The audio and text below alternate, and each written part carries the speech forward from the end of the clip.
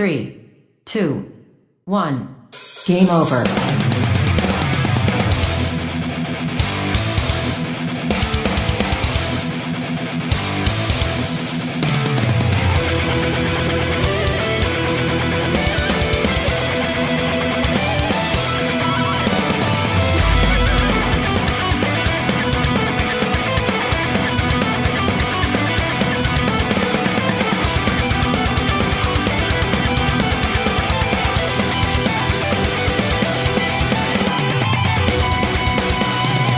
Cuando son las 9:55 de este sábado 6 de junio, os saluda el equipo aquí presente: Débora López, Mari Puello, Fran Galdo, Geco, Javi Gutiérrez, Volcano y se ve de ustedes Isaac Viana al programa 719 de Game Over, el programa de los videojuegos de Radio Despí que emite desde su casa debido a la pandemia presente, en el que os comentamos las últimas noticias, os analizamos Slinka Kitty para iOS y Android, XCOM Chimera Squad para PC y acabaremos nuestro viaje en la mazmorra del Narizón, donde os hablaremos de los juegos de rol de humor. Pero antes, comenzamos vendiendo humo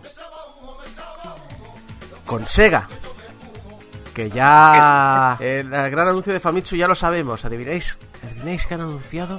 ¿Qué ha anunciado Sega? ¿Qué? ¿Qué han anunciado? ¿Qué? ¿Qué ha pasado? ¿Qué ha pasado? ¿Qué ha pasado? ¿Qué podría ser lo que Sega tenía el gran anuncio para la revista Famitsu? ¿Algo bueno? El primer vídeo adulto de Sonic. ¿Un nuevo Shenmue? El gran anuncio que ha traído Sega, que va a aportar a la industria del videojuego, es que va a habilitar el Fog Computing para el uso en recreativos. ¡Bien! ¡Yeah! el Willy Fogg este. Me encanta vuestro falso entusiasmo porque ni puta idea de qué es el Fog Computing, ¿verdad? No, idea. Suena bien. ¿Animados? Pero voy a decir que no porque es más gracioso. Es Willy Fogg Computer. Willy Fogg apostador. Suena moderno. Me voy a arriesgar y voy a decir, porque claro, como sabréis, esto estamos grabándolo sin música y luego más tarde se lo añado yo, pero el Me Sabe a Humo está sonando ahora. O eso, o la canción de Willy Fogg. Yo pensaba que ibas a poner el City Flute. Para sí, eso que gusta tanto a los oyentes. No, eso luego cuando hablemos del otro gran anuncio de Sega. A ver, yo os lo digo, no soy ningún experto y además hasta los propios expertos dicen que no hay, que las definiciones no son del todo definitivas, pero una manera muy somera descripción de Wikipedia, ¿vale?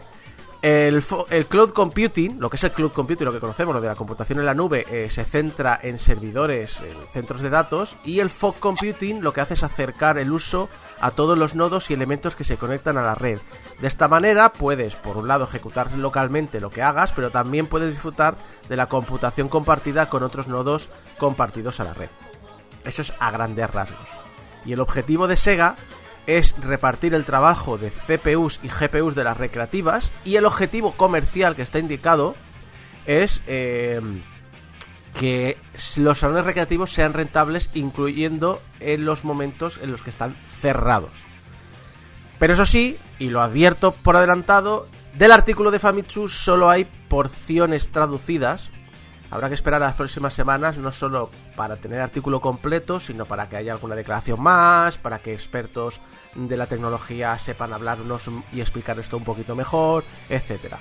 A ver, a mí lo que me ha llamado la atención, me llamó bastante la atención el anuncio este, y estuve haciendo un poco de investigación, y lo que he visto es que lo que dice Sega es que las recreativas japonesas, que por cierto, una gran parte de estas recreativas japonesas son propiedad privada de Sega, tienen ya centros de computación distribuidos, porque es lo que se usa hoy en día para administrar casi todos los arcades modernos. Es decir, los arcades modernos tienen una unidad central, que es lo que sería la máquina arcade propiamente dicha, pero también tienen una unidad central distribuida, que es la que tiene las imágenes de los juegos, es la que procesa una serie de factores para que las máquinas arcades en sí no te salgan tan caras.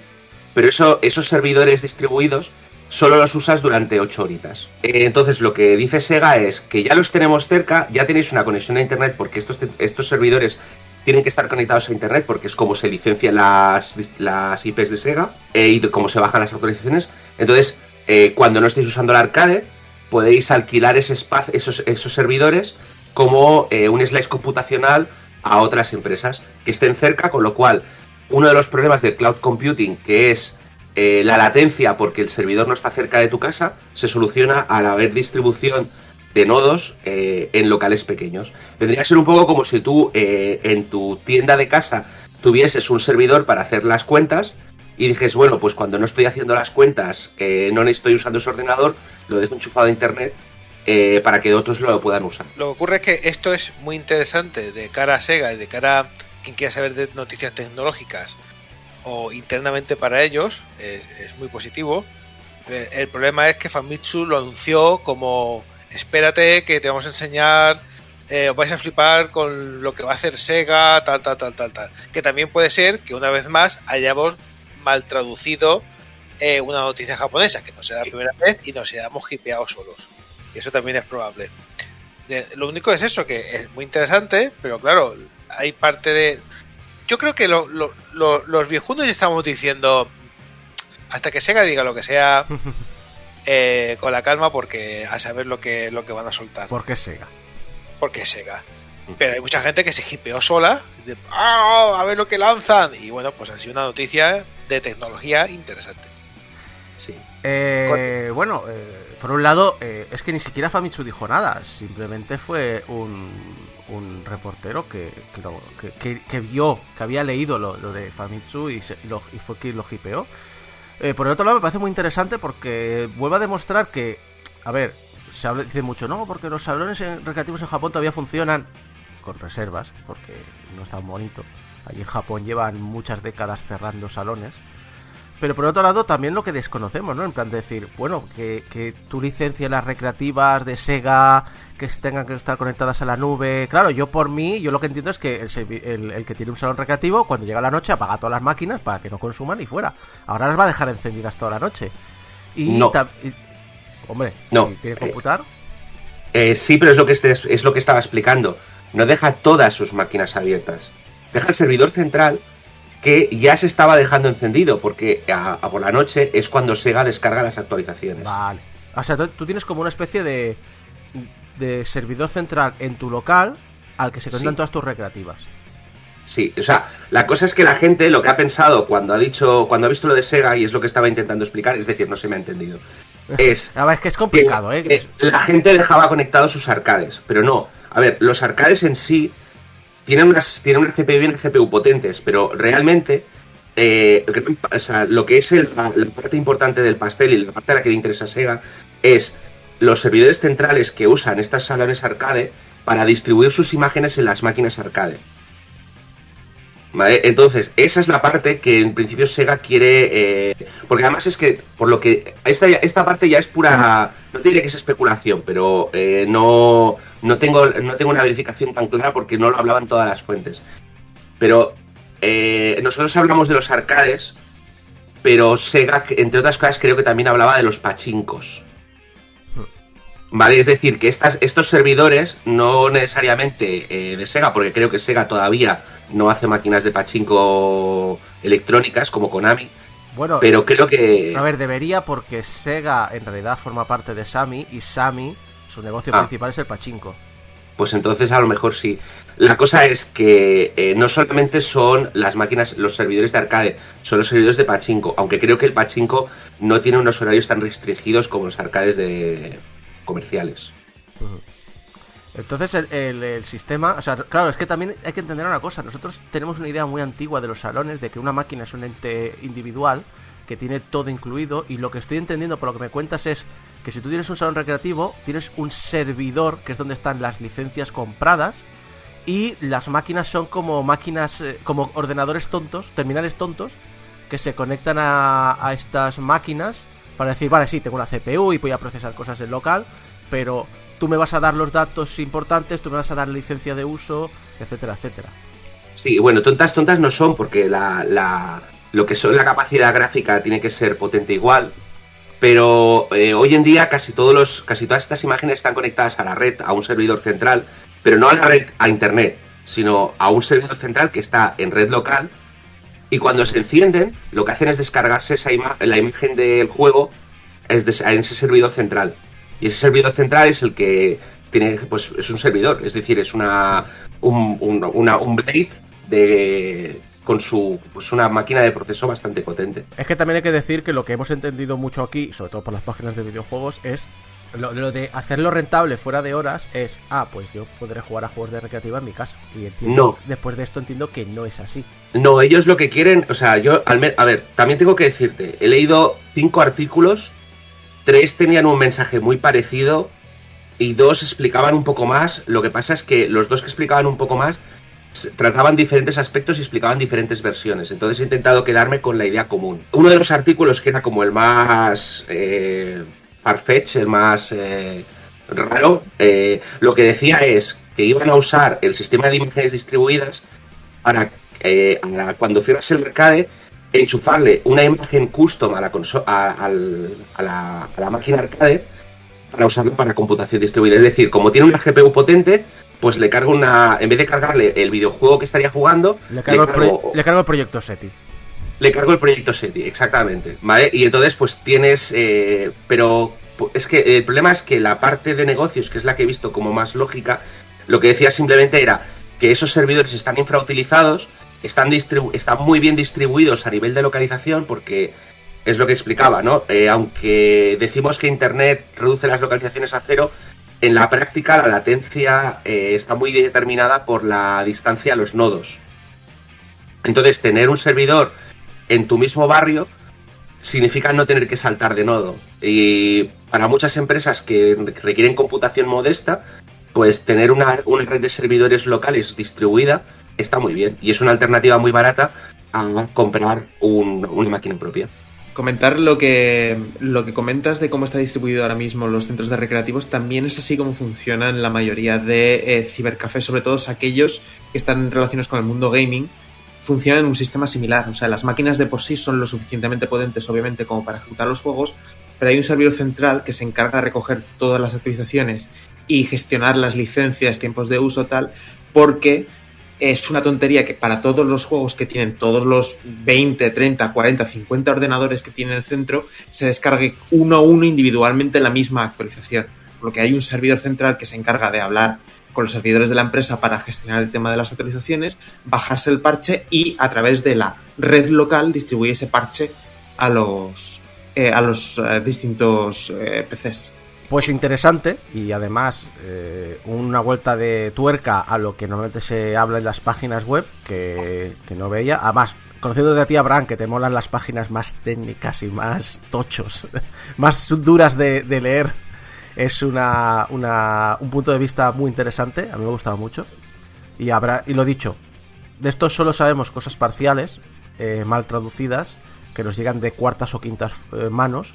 Espero que durante los próximos meses veamos algo más interesante, aunque insisto, esto, claro, es que por un lado el anuncio de la Famitsu, que es una revista de videojuegos, por el otro lado no parece tanto una noticia nuestra como para tecnología, que a lo mejor a los gamers les da un poquito igual, pero oye, a mí lo de las posibilidades tecnológicas, aunque no vayan conmigo, siempre me parecen muy chulas de conocer. Sí, el último apunte es que no veo muy viable que esto vaya a tener mucha repercusión más allá de Japón, porque es que es una infraestructura muy pensada para el mercado japonés, donde, aunque hayan cerrado muchos, tienes muchos arcades. Lo que no va a tener ninguna repercusión para el mundo gamer es el anuncio de Sega, que de verdad que ha impactado esta semana, que es el de la Game Gear Micro. La nueva consola. Game Gear Micro, ¡wow! Game Gear Micro. La nueva consola de Sega. Sega vuelve al hardware. Bueno, que es la nueva Mini, que no es Mini, que es Micro, que enamoró a Internet los primeros 5 minutos. Porque sí, yo la había. Mi primera impresión fue, hostia, qué cosa más cuquísima. Pero ¿cómo coño voy a jugar con ese tamaño? ¿Cómo? Pantalla de 1 pulgada. A ver, que la Game Boy Advance me era incómoda. La Game Boy Advance me era incómoda de lo pequeña que era. ¿Cómo voy a jugar a la Game Boy Micro? Es más, ¿cómo voy a jugar? Pues igual. Vamos con los datos primeros. 4 modelos diferentes, que cada modelo tiene 4 juegos diferentes. Es decir, te has de comprar 4 máquinas para tener los 16 juegos total del catálogo. La consola en sí hace 8 x 4 centímetros. o sea, para que os hagáis una idea, la pantalla tiene solo 1 pulgada, 1,2 o algo así, pero más o menos, en los que se reproducen juegos de rol con textos en japonés en kanji y valen 5.000 yenes. Pero puedes comprar un pack con las 4, que viene además con una lupa, el pack, por tan solo 30.000 yenes. Que si sabes sumar, no te salen las cuentas. 5 por 4, 30 de toda la vida. Claro. 5 por 4, 30. Pero espera, porque aún hay más. Porque hemos sabido que originalmente solo se planteaban incluir un juego por consola. ¡1! Y luego dijeron, hombre, no, que aquí entonces estamos limitando el hardware, no se aprovecha, vamos a ponerles 3. Y al final sí que fueron 4 actuales. El precio al cambio directo, sin impuestos, porque recordemos que los precios en Japón, por lo que tengo visto, es siempre sin impuestos, son 42 euros a los que hay que sumar el IVA. Comparativamente, la Mega Drive Mini vale 70 euros con el IVA incluido. Comparativamente, la Mega Drive Mini valía 9.000 yens, que son unos 70 y pico euros. Así que no creo que... Unas 2 máquinas, unas 2 Game Gears. Vale, pero el precio cuadraba. ¿Cuánto nos salió aquí? Es decir, valdrá entre 40 y 50. Sí, la traen. Me estás hablando de Game Gear Micro, ¿vale? Game Gear. ¿Quién es el público objetivo de esta microconsola? Gente que necesita gafas para leer de cerca. Gente pequeña. Efectivamente. Gente que a lo mejor la vivió en su momento, porque yo no me veo a un chaval de hoy comprándole una pantalla de 1 pulgada para que juegue al Sonic de la Game Gear, que por cierto es un juegazo, pero no es el tema. O sea, le estás vendiendo una consola de 1 pulgada a gente que tuvo esa consola hace 30 años, ¿vale? Con lo cual esa gente ya se ha quedado cegata de los videojuegos, o sea, y no lo veo, ¿eh? Yo solo quería decir sobre el tamaño y tal. A ver, va a ser culpa de Sega que tengáis manos grandes. Si tuvierais manos de niño pequeño como tengo yo, no habría problema con esa consola. No creo ni que tus manos les vaya cómodo esta. O sea, que hace 8 centímetros de largo la máquina. Imagínate de qué tamaño son los botones. Pero sí. viene con lupa y con pinzas, ¿no? Para tocar los botones o... Con palillos. La lupa vale 10 No, con pinzas, con pinzas. Esto es coleccionismo puro y ya está. ¡Hombre! Que va. Eso es un llavero. Y esto es carne de especulación, vamos. Lo sabe Sega, lo sabe todo el mundo. Bueno, es interesante que el producto en sí, pues lo que tú dices está chulo. A lo mejor si lo ponen a 40 euros, venden arcades de Pac-Man y de juegos de Namco también a 30 euros. Es decir, y trae un juego. Si es por el retro, tampoco me parece mal. Lo que sí me parece mal, que habiendo sacado hace un año la Mega Drive Mini con 42 juegos... Probablemente la Mini mejor pensada y mejor, con más cariño hecha de todas. Duda. Pero además... Me dices, no, es que como es micro, pues hemos metido uno, bueno, al final hemos metido 4, para ti, 4 juegos enteros. Chatos, que todos sabemos el tamaño de una micro CD a día de hoy, que lo tenemos en la cabeza, que es que no hay problema, que cabría el catálogo entero de la Game Gear en esa cosita sin ningún problema, varias veces. Sinceramente, para ese no se puede jugar. Podría venir un juego solo si quieren, ¿eh? Una cosa que hice es coger la foto del móvil y la amplié hasta que los dedos de la foto cuadraban con los míos, para ver el tamaño, para ver en la pantalla. Cabe en el móvil, en la pantalla del móvil cabe perfectamente entera. Y hombre, el control no me parece tan mal, ¿eh? Los botones son más gordetes y el control se puede llevar, pero la pantalla es pequeña. Javi, cuando ampliaste mucho la pantalla, ¿viste que había una captura de un juego de Mega Drive?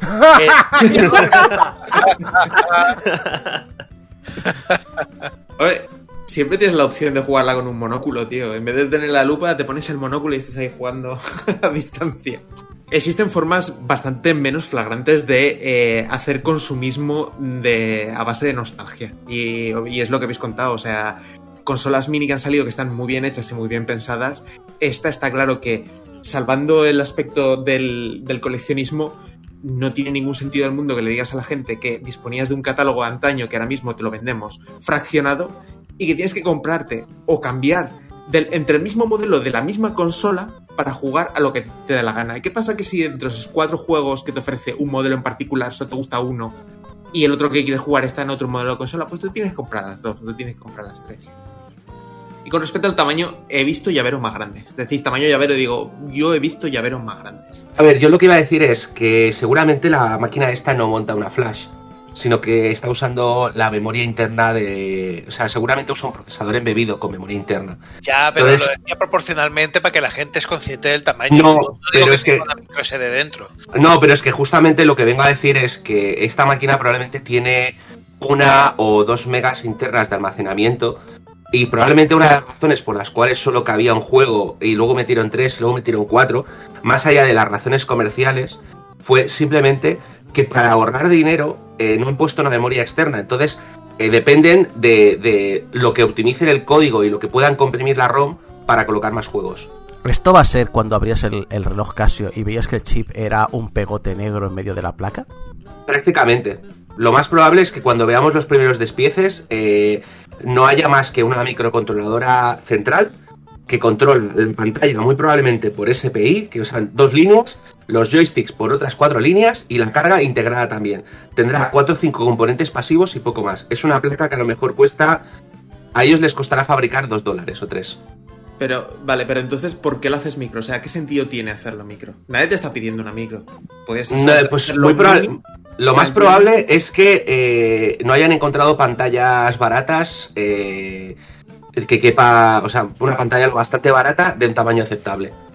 Porque si te fijas, tiene toda la pinta de usar menos el molding, menos lo que es lo que es la caja externa, usa componentes súper estándar. Yo, de hecho, lo que comentaba era que esto que tengo aquí en la mano, que no sé si esto se va a ver luego en el directo. No, no se va a ver en YouTube. No hay directo. Vale, pues nada. Tengo una pantalla aquí de 1 pulgada. Es decir, sé lo que es una pantalla de 1 pulgada. Y ya os digo yo que la Game Boy Mini, digo que la Game Gear Micro esta no es de mi tamaño. Uno, esperémonos a que la vendan y la abramos para decir lo que hay dentro, porque no lo sabemos. Lo puedes suponer, pero a saber lo que hay dentro. Y segundo, que es un producto japonés y el catálogo es japonés, menos cuatro juegos que hemos visto de esos 16, los demás es que no los hemos visto aquí en Occidente. Yo te digo una cosa, mi apuesta loca, sacan esto en Japón, allí posiblemente funcione bien, se esperen un tiempo, porque tampoco tenemos fecha para Europa o Occidente en general, se esperen un tiempo y nos llega a nosotros una Game Gear Micro con más juegos. En vez de venderla en 4 colores, que además nos han comercializado fuera de allí, que tampoco nos interesa, solo queremos la negra gris esta, que saquen una negra gris con unos cuantos juegos dentro. Y para Occidente se salten el rollo este de hay 4 versiones con 4 juegos, bla, bla, bla, bla. Probablemente. Esa es mi apuesta. Yo, si queréis, un poquito por rematar el tema, a decir ya que el siguiente paso, por favor, compañías de hardware de videojuegos, es crearlas a nivel subatómico, directamente. Ahí hay un filón. Pensadlo. Game Gear lentilla. Oh, A ver. sí, y la llevas todo el día ahí enganchada. ¿Sabes? Como el anuncio de Sega, que por cierto, tampoco, que se ha descubierto esta semana que no lo ha inventado Sega, que ya lo había hecho Nintendo antes. Cosa rara. Pero sí, llevarle ahí en las lentillas, ahí consolas. Yo, el único... Aquí me viene la parte de creativo. El único interés que le veo a tener las maquinitas estas es tenerlas encendidas de fondo en un vídeo de YouTube. ¿Sabéis los típicos canales de YouTube americanos sobre retro que se cuidan mucho el fondo que tienen y demás? Y ver que en la mesa hay 4 ahí expuestas con el juego, con 4 juegos corriendo. Ahí en modo demo. No sabes cuál porque no se ve. De No lejos. se ve, obviamente, pero y es la única utilidad que le veo ahora mismo. Porque por lo demás, madre Lo mía. que le veo también interesante a todo esto es un poco lo que pasó con la Super NES Mini y con la Mega Drive Mini, de que salgan juegos de Japón que no salieron nunca. Aunque sí que es verdad que igual la consola no era la más atractiva en ese sentido, o sí, porque no lo sabemos, pero hay juegos guays de japoneses que descubrimos por primera vez. Hay un pack, creo que solamente con juegos de... El que vienen en los Shining Force, creo que hay un par que no salieron de Japón. Y eso puede estar guay. La consola, la que trae los Last Bible, que son Shin Megami, Exacto. eso no les ha llegado nada. Bueno, pues mira, algo bueno tendría que tener, aunque necesitemos ahí la lupa y un telescopio para verlas. Yo tengo claro que por ese precio me meto en Wish o AliExpress y compro lo mismo y más barato. O sea, por ese precio compro como 4, 5 o 20 las que me entren, pero es que es eso, o sea, el tamaño es tan minúsculo que yo lo pensaba, digo, vale, sí, para mis manos está muy bien, pero para mis ojos no, o sea, si ya tengo las dioptrías que tengo, imagino jugando con eso. No sé, yo es que lo veo un poco como un intercambio raro, ¿no? Que queden ahí una pandilla y se pasen las minis por ahí, de plan, toma, juega tú ahora esto. Pero es que, no sé, ¿realmente pensáis que en el mercado japonés esto va a tener tirada? A ver, yo creo, y creo, a ver si acabamos con esto, porque estamos alargando mucho la coña, pero a ver, yo creo dos cosas. Uno, que al igual que pasa como en la noticia anterior del fog computing, muchas veces vemos con ojos occidentales la idiosincrasia y la cultura de un país como es Japón, que es tan ajeno al nuestro, y nos creemos con capacidad de valorarles. Entonces, claro, hay muchas cosas que nos escapan. Eso no quiere decir que Sega la pueda estar cagando, como suele hacer también habitualmente, que ya conocemos a Sega. Pero por el otro, creo que plantea un punto de vista súper interesante que ninguna de las compañías ha hecho. Yo quiero una Game Gear Mini. Yo quiero una Game Boy Mini. Yo quiero una Atari Lynx Mini. Yo quiero una de estas máquinas minis que además serían portátiles y serían muy interesantes y competirían con el mercado chino de emuladores en especies de Game Boys cutres con pantallas que no ponen bien la resolución de la emulación, etcétera, etcétera. Yo creo, y a lo mejor rescatando la idea que ha planteado Javi, creo que Sega en Occidente no tendría que sacar la micro, tendría que hacer una mini, una Game Gear Mini para Occidente. Y yo creo que ahí sí que sería una apuesta muy interesante por las minis, porque además aquí hay una cosa ya muy de viejo capullo, ¿no? De como yo. Yo últimamente he podido trastear con la Super NES Mini en una tele de tubo. Y soy un gran defensor de que los juegos anteriores a la alta definición se han de jugar en teles de tubo. ¡Viejuno! No te digo yo que sea una obligación, pero si tienes posibilidad sí. Y si puedes hacer un poquito de esfuerzo, el retorno, lo que te devuelve es infinitamente superior a conectarlo. ¿Y si te cabe en casa? Bueno, también. Una de 14. De levantar la tele. No, una de 14 pulgadas. No, hablo de una de 14 pulgadas además, porque una de 14 las de 14 pulgadas eran las típicas que todo el mundo usábamos. Y de hecho, si miráis el mundo retroamericano, veréis que ni siquiera usan teles de tubo, usan monitores de tubo. Sí.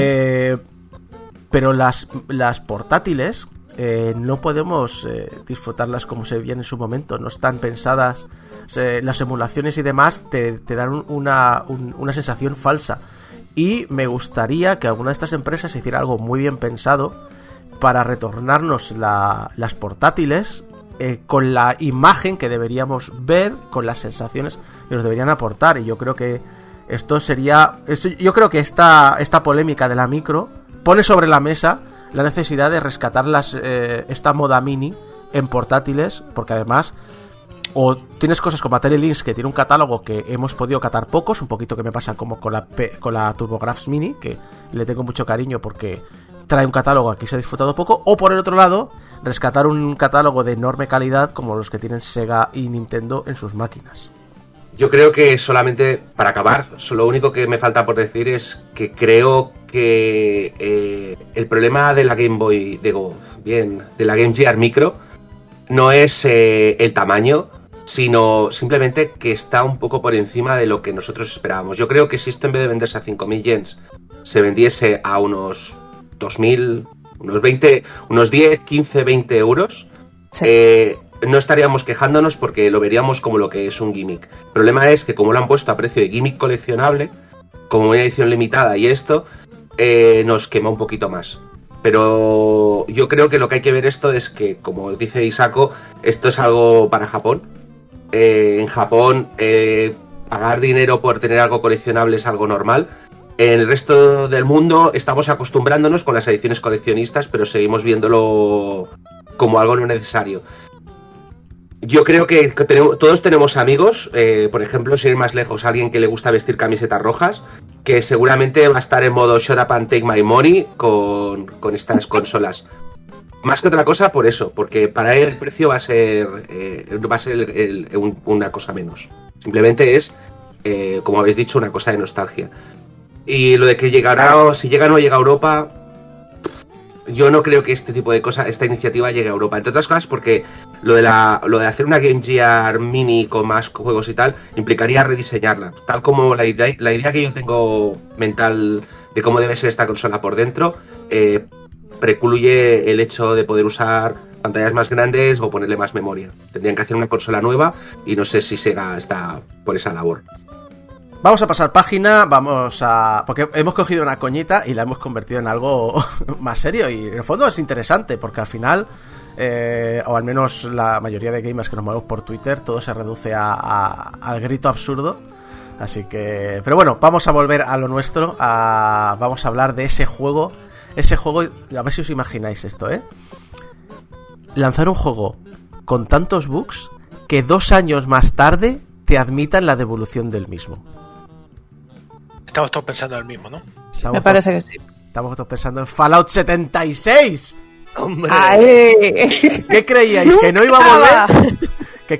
Bosque, West Virginia. Estamos volviendo a la rutina de Game Over. ¡Hombre! ¿Qué haríamos sin Fallout 76 en este programa, tío? No tendríamos Nada. sección de La noticias ni nueva nada. normalidad. La nueva normalidad es devolver Fallout 76, exacto. Bueno, ayer bajé a la calle y casi aquello parecía el yermo, un poquito ahí... Ha hecho polvo. Será todo. tu barrio.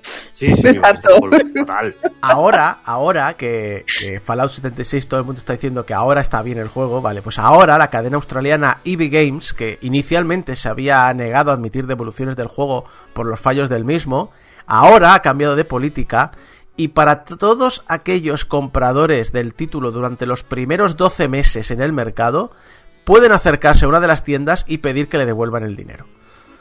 Ahora, 2 años después de su lanzamiento, sin importar las horas que hayas jugado, ahora si traes el juego y el ticket, si todavía tienes el juego y no lo has vendido en eBay, o si todavía conservas el ticket, puedes pedir que te devuelvan el dinero.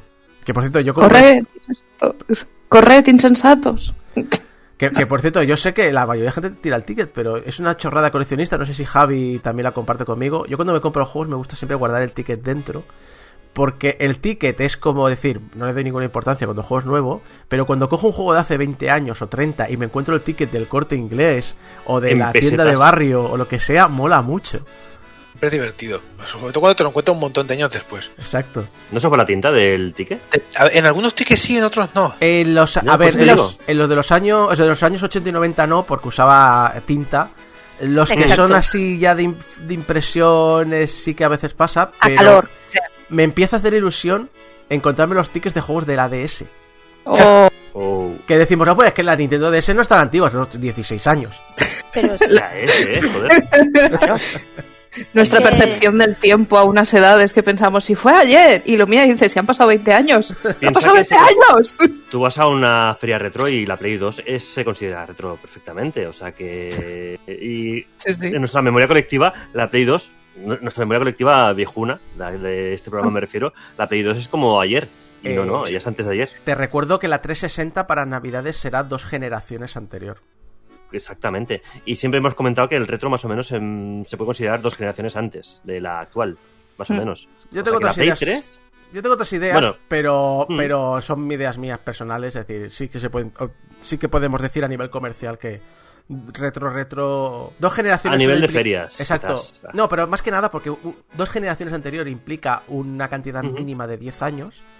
Por lo tanto, para la mayoría de gente, rollo veinteañeros, implica media vida. Y puedo Ujú. entender Pero ¿qué media vida? perfectamente que eso sí que se vea como retro.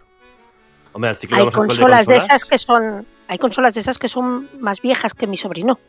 Sí. No, y además, ¿sabes? Y mi sobrino es un jugón super hardcore.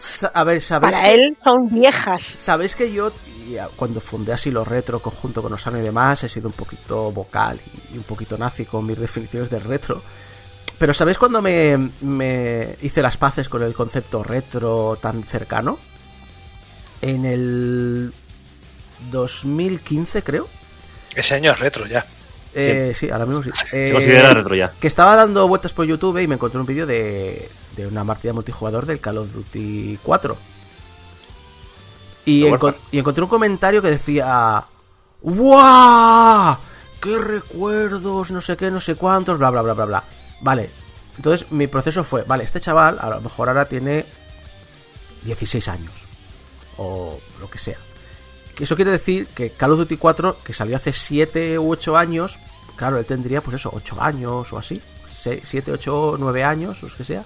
Para él eso es media vida. Para él es, él sí que ha disfrutado y él sí que ha apreciado todos los cambios que han habido cada año o cada 2 años, todas las pequeñas mejoras que han ido metiendo en el feeling del juego, en el feeling del gameplay, que yo veía cuando era niño con mis juegos y mis padres no veían. Por lo tanto, ese fue el momento de decir, vale, para mí Call of Duty 4 sigue siendo de hecho técnicamente estaba en casi la misma generación, porque acababa de salir la Xbox One, pero en plan de, claro, es que hay que aceptar que los videojuegos son sensaciones, son experiencias muy personales, y que esto es retro para mucha gente, porque este juego salió hace la mitad, el 50% de su vida, o el 30 o el 40%, es decir, un bloque importante respecto a lo que él ha sentido y él ha vivido como jugador. A medida que uno se hace mayor, lo que consideramos retro está más lejos.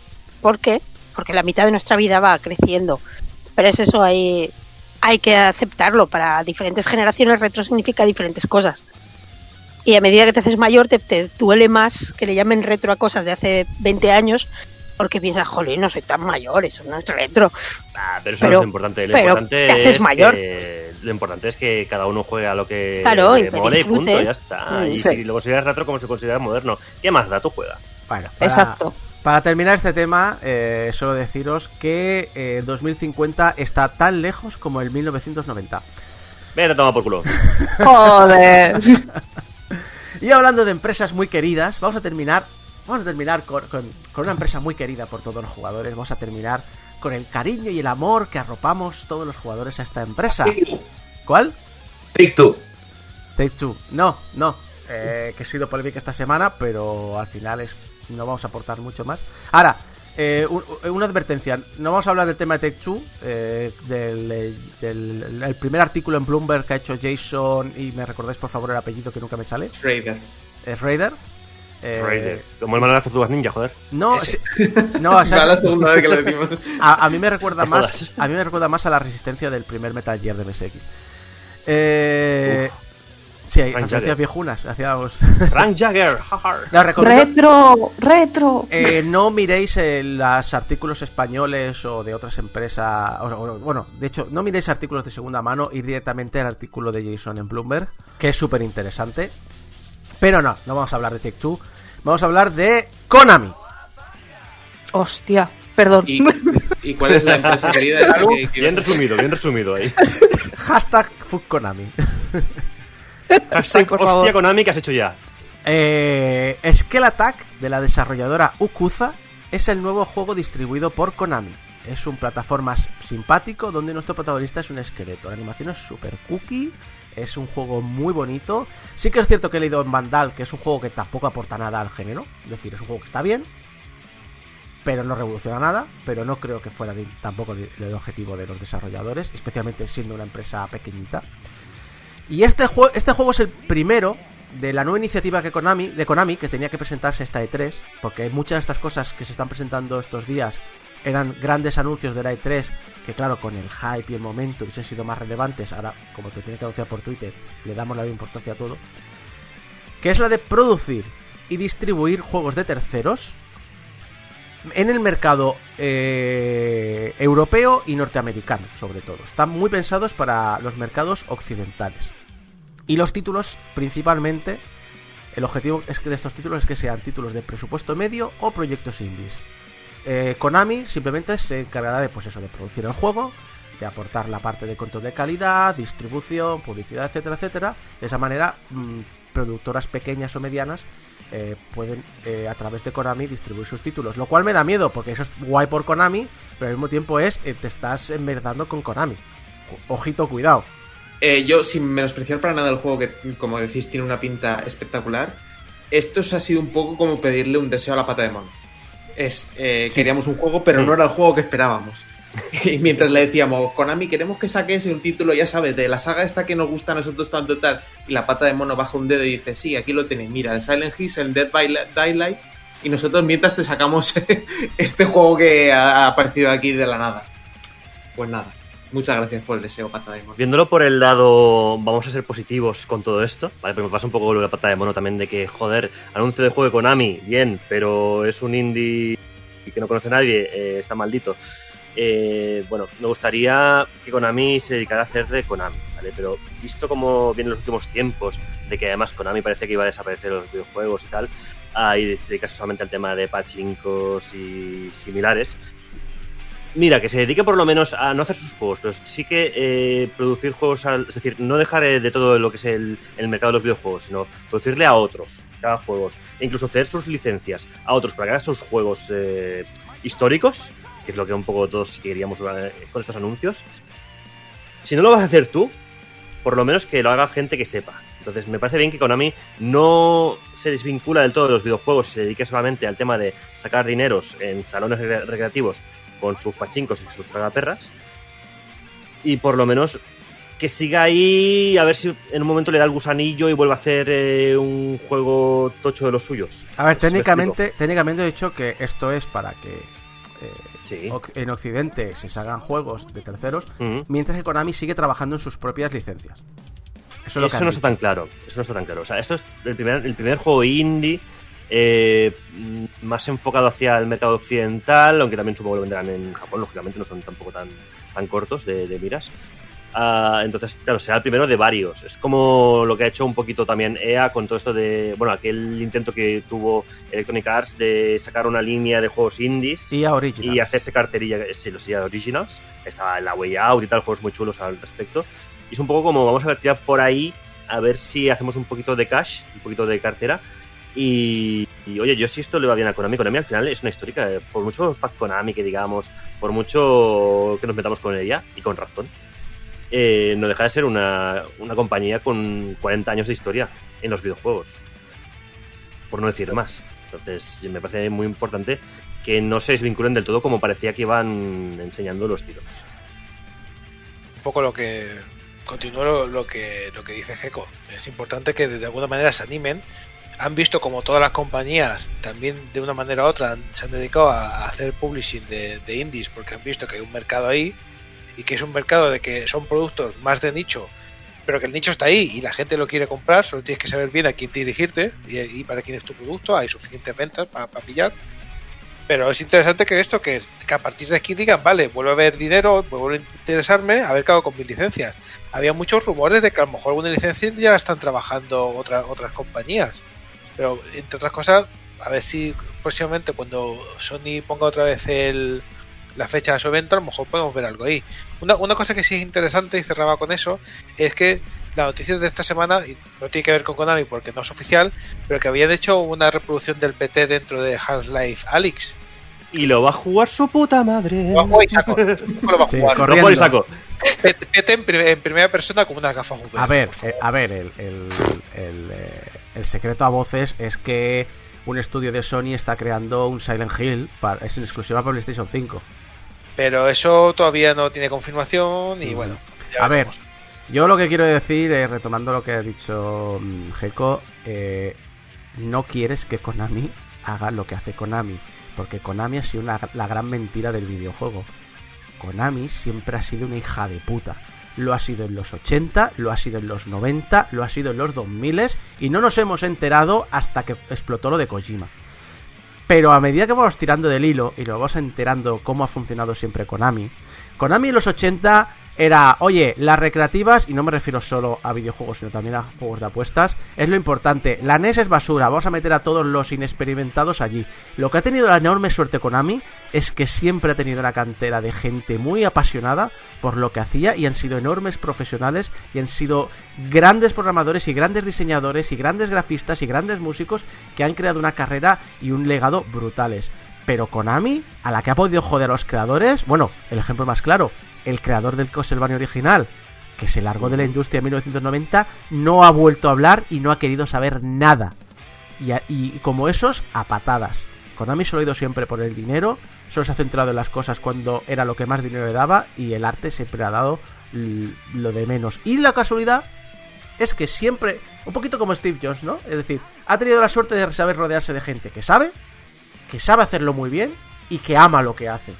y por eso han salido algunos de los mejores juegos, licencias y sagas que han existido en el mercado del videojuego, sobre todo en el consola.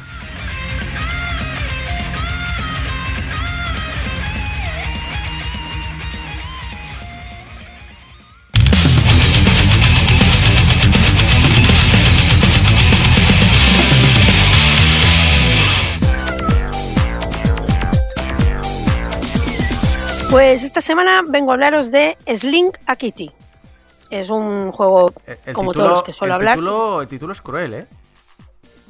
Sí, Vale. sí, Si el lo traduces, el título es muy sí, es lanza al gatito. Sí.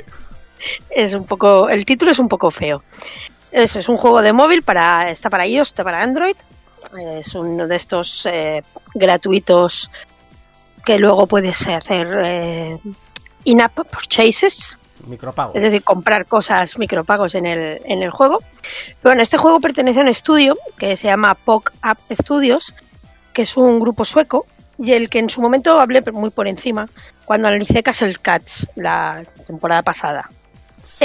Son una gente que tiene un estilo muy cuidado, es muy delicado el dibujo, tienen además mucha personalidad, y el juego principal, de hecho todavía lo tengo en el móvil, todavía juego a él, porque lo miman mucho. Tienen constantes actualizaciones, constantes eventos, más gatitos y más cosas. O sea, están muy encima del juego. Es su bandera y lo cuidan. Entonces, cuando anunciaron que habían sacado un juego nuevo, reutilizando algunos de los personajes del otro juego, el estilo es muy similar y bueno, estoy acostumbrada a que lo hacen las cosas bien, pues dije, vamos a probarlo. Nos plantea una historia muy sencilla y muy mona, muy adorable. Es una preciosa mamá gata que lleva a sus 3 hijitos de picnic a un parque, y Curio, la más pequeñita, es un enamorado de las mariposas y se distrae persiguiendo a las mariposas y se separa de su familia. Entonces tu misión es, por tanto, ayudar a Curio a reunirse con su familia usando un tirachinas gigante y esquivando todo tipo de obstáculos y enemigos. Claro que sí. Porque, dejadme que os diga, visto lo visto, esta mamá gata ha llevado a sus hijos a pasear al parque más peligroso de Catania. Sí, Catania es el país de los gatos, ¿qué pasa? Y también unas nueces, ¿no? Sí, buenísimas. Bueno, nueces no, almendras. Almendras, Con eso, chocolate, qué buenas. Comprad Catanias. El juego está aparentemente muy espera, sencillo. le ha dolido mucho, gente. Me ha dolido mucho. Y eso Las es muy nueces de Canadá difícil. me han dolido mucho. Pedid un deseo porque decir un chiste tan malo que le duele a Gecko es difícil de ver. Es que ha sido horrible, cabrón. Perdón. Que luego dice que hace tanta cosa. Porque no estáis viendo las cámaras. En fin, el juego es aparentemente muy sencillo. Yo no sé si este tipo de juegos tienen categoría propia, pero a mí, por supuesto, lo primero que me recordó fue Angry Birds, aunque aquí no hay necesidad de destruir nada. De hecho, todo lo contrario. Aquí lo que se trata es de no chocar con nada, cazar mariposas y aterrizar en el cesto de mamá. Entonces, ¿cuántas veces se pierde la puta criatura esta? Una vez por partida. Constantemente. ¡Mariposas! Cada fase se ha perdido. Sí, sí. La deberían dejar castigada en casa. Llévate a los otros que se portan bien y hasta dejarla con los abuelos. Pero bueno. De hecho, es lo que decía. No hay que chocar con nada. Necesitas puntería y precisión. Y paciencia. Bastante paciencia. Porque a medida que las pantallas avanzan, se van complicando. Y hay algunas que llegan a extremos ridículos de dificultad. O sea, es relativamente sencillo encontrar la fórmula para llegar a la cesta, pero no tanto haber cogido el máximo posible de mariposas. Porque no es solo importante llegar con mamá, sino coger el máximo posible de mariposas. Justo lo estoy probando ahora, porque cuando me dices Sí. esta cosa, digo, voy a probarlo. Es difícil conseguir las 3 mariposas en el primer nivel. Sí, sí, no es. Pero Es un juego de ir probando, de ir haciendo. Y es eso. ¿Por qué es importante conseguir las mariposas? ¿Por completismo? Porque, jolín, ya que estamos jugando vamos a hacerlo bien. Sí, pero además porque cada 20 pantallas hay un cambio de escenario. Y eso requiere un mínimo de mariposas cazadas. O sea, tú puedes ir jugando, aunque no cojas ninguna mariposa, pasas la pantalla. Pero claro, cuando llegues a la pantalla 20, si quieres tener más pantallas, tendrás que haber tenido al menos 48 mariposas. ¿Hay posibilidad Pues de vuelve pagar? atrás ¿Hay posibilidad de pagar para saltarte esto? No. Hay posibilidad de pagar para conseguir bonus y extras que te pueden ayudar. Piensa que hay algunas... Piensa que las mariposas son como las típicas 3 estrellas de los niveles de cualquier otro Sí. juego. Es la valoración de 1, 2 o 3 estrellas, pero con mariposas. Exacto, sí, no tiene... Lo que pasa que, bueno, que es lo que decía Javi, hay hay pantallas que las mariposas están más o menos distribuidas, de manera que lo que tienes que conseguir es la elipsis correcta para pillarlas a todas y punto.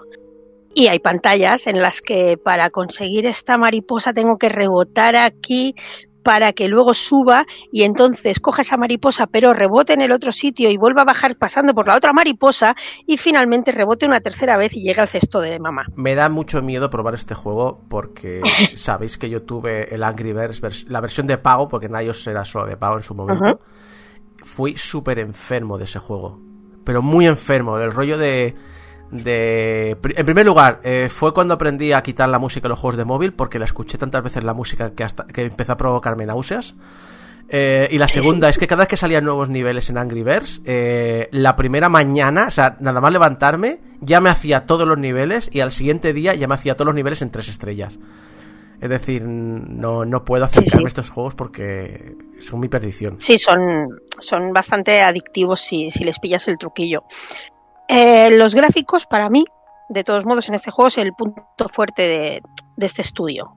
Tiene una directora de arte, o sea, de hecho, Anna Larsson se llama. Lo que pasa es que si buscáis Anna Larsson, os saldrán 1000 Annas Larssons en Suecia. Tendríais que buscar Anna Larsson Slinga Kitty o Anna Larsson Castle Cats. Pero a mí tiene un estilo que es muy suave, dibuja, sobre todo los gatos, los dibuja con mucho amor, con mucho cariño, y yo creo que se nota. Pero además, como no solo de meninos vive el friki, también vale la pena destacar el uso de la paleta de colores, que es muy agradable, no es estridente, te ayuda a que el juego, a pesar de que sea adictivo, a pesar de que haya pantallas más complicadas, no tiene sensación de estrés, de eso, ¿no? De me están dando hasta náuseas del rato que llevo jugando a esto. Y la música y los efectos es, como siempre en estos juegos, accesoria. Pero al menos hacen eso que a mí me gusta, de tener una música diferente para cada pantalla. O sea, tengo la música de la entrada, la música del mapa principal y la música de las pantallitas. Y además una música diferente para la tienda. O sea, pues para mí eso es un poquito de compromiso con el producto, ¿no?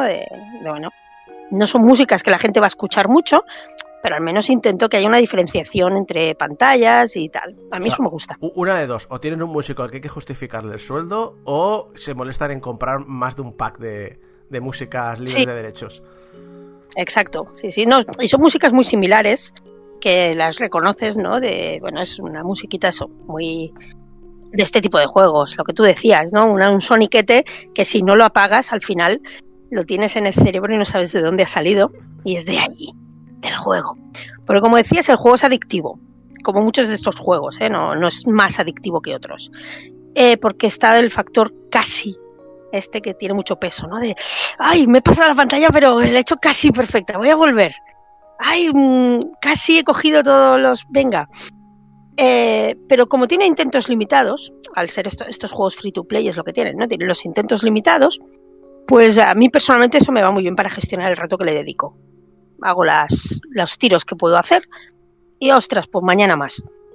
Evidentemente, si el juego fuera como un juego libre, pues posiblemente pues te podrías pasar la tarde entera hasta que te das cuenta que llevas 3 horas perdidas lanzando un gato con un tirachinas. Por supuesto que puedes comprar más vidas e intentos y puedes comprar bonus, puedes comprar ayudas, como la mayoría de estos juegos, pero es perfectamente jugable sin gastar un euro y personalmente merece la pena hacerlo así para hacerlo durar. Porque esto me llega a la pega que tiene el juego ahora mismo, y es que de momento solo hay 60 pantallas activas. Es un juego en construcción y en un futuro habrá más pantallas, pero de momento, cuando la dificultad del juego empieza a tener ya, está interesante, ya dices, oh, esto es súper chungo, se te acaba. Puedes volver atrás, recorrer las pantallas todas las veces que quieras, insistir hasta conseguir todas las mariposas, incluso las más cabronas, sí. Más o menos de cuántas horas estamos hablando, porque dices 60 pantallas y a mí se me hace un número muy grande, pero a lo mejor dices en 1 minuto, 2 minutos ya tienes hecha la pantalla, entonces... Claro, sí, para pasar la pantalla, lo que decíamos, pasar la pantalla simplemente es llegar al final es un momento, o sea, es conseguir el ángulo correcto, puedes estarte igual, las pantallas más complicadas igual te puedes estar 10 minutos, un cuarto de hora, pero no más. O sea, es mucho, ¿sí? Para un juego de físicas es mucho, cuarto de hora.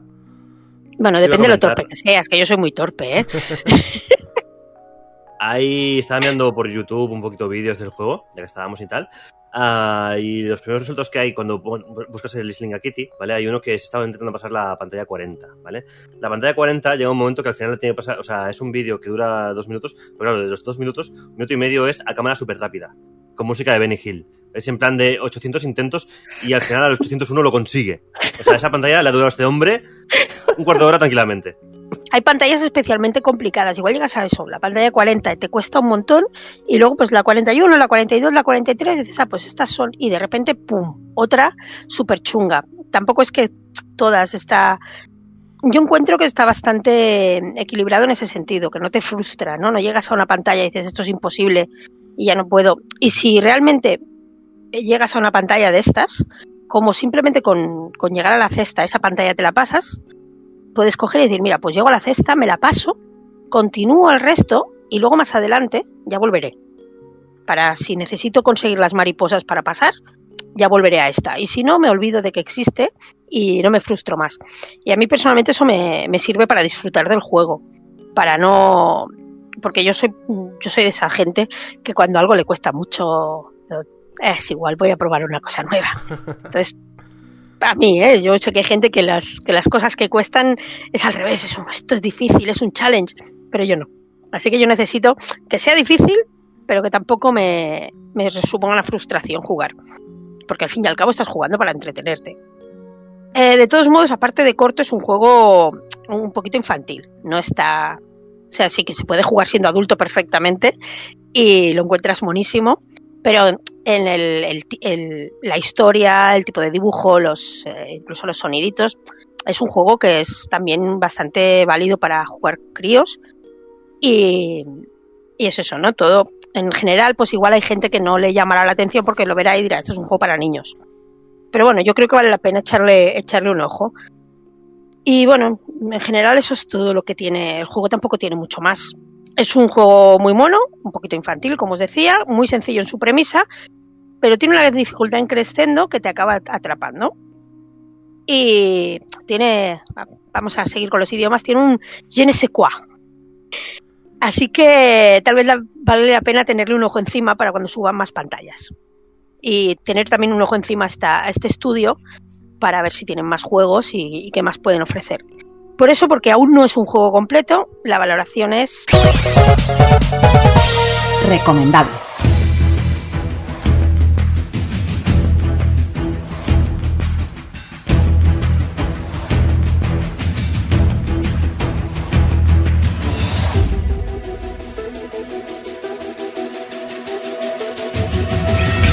Mi relación con XCOM es un poco tortuosa y supongo que compartida con algunos que me escucháis. En tiempos de Nintendo 64 y PlayStation, porque Saturn, ¿qué es una Saturn?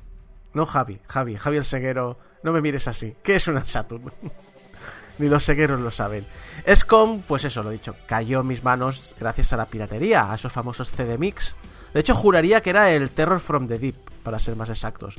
Y con un ansia de juegos de acción y, reconozcámoslo, XCOM siendo un título complicado si no tienes un manual de instrucciones, pues jamás llegué a entender el concepto del juego, pero parecía interesante y siempre se me quedó como una espinita clavada, una espinita que mucha gente que sí lo vivió me hablaba maravillas de él y que me quité gracias a la reinvención de la saga con XCOM Enemy Unknown.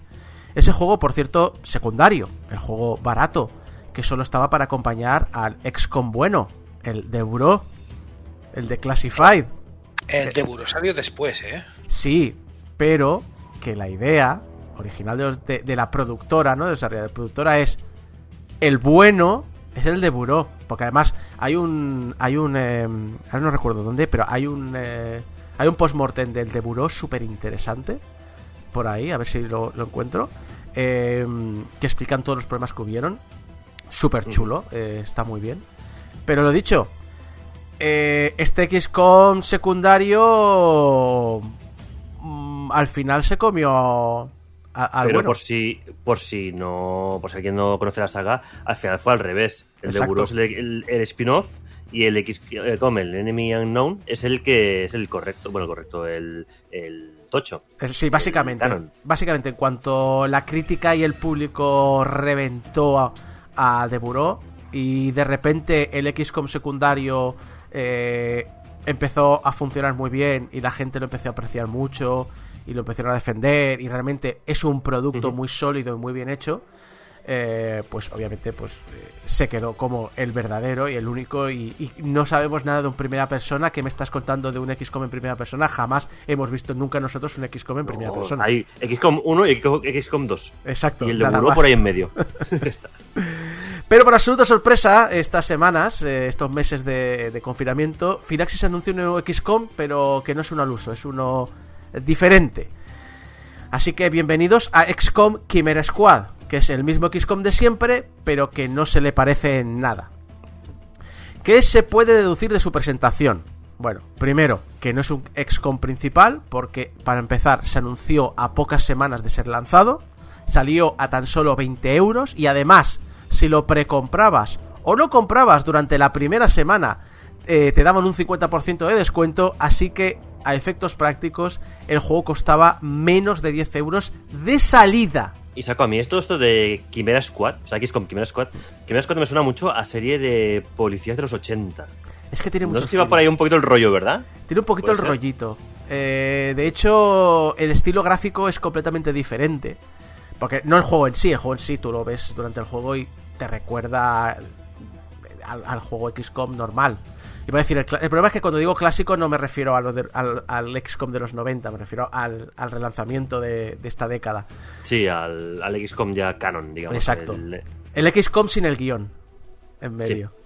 Sí. No, pero todo su artwork promocional es comic book noventero, ochentero, con un énfasis en colores púrpuras, en neones, esa ciencia ficción futurista de cómic americano. Así que es un poquito ese rollito.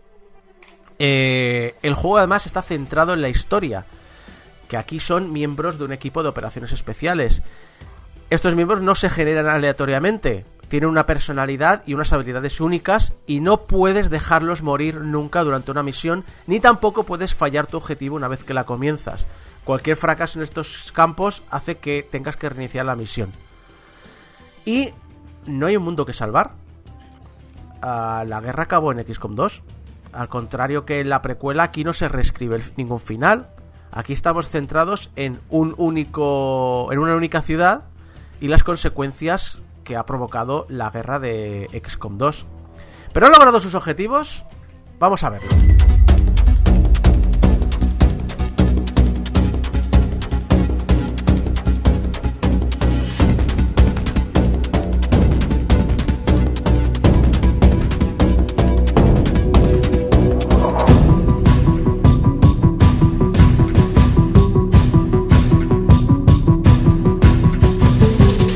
Bienvenidos a Ciudad 31. Han pasado 5 años desde el final de la guerra, pero sus consecuencias no han desaparecido por arte de magia. Tras vencer la invasión, toca reconstruir un mundo que ha cambiado para siempre y cuyos habitantes se enfrentan a una nueva realidad.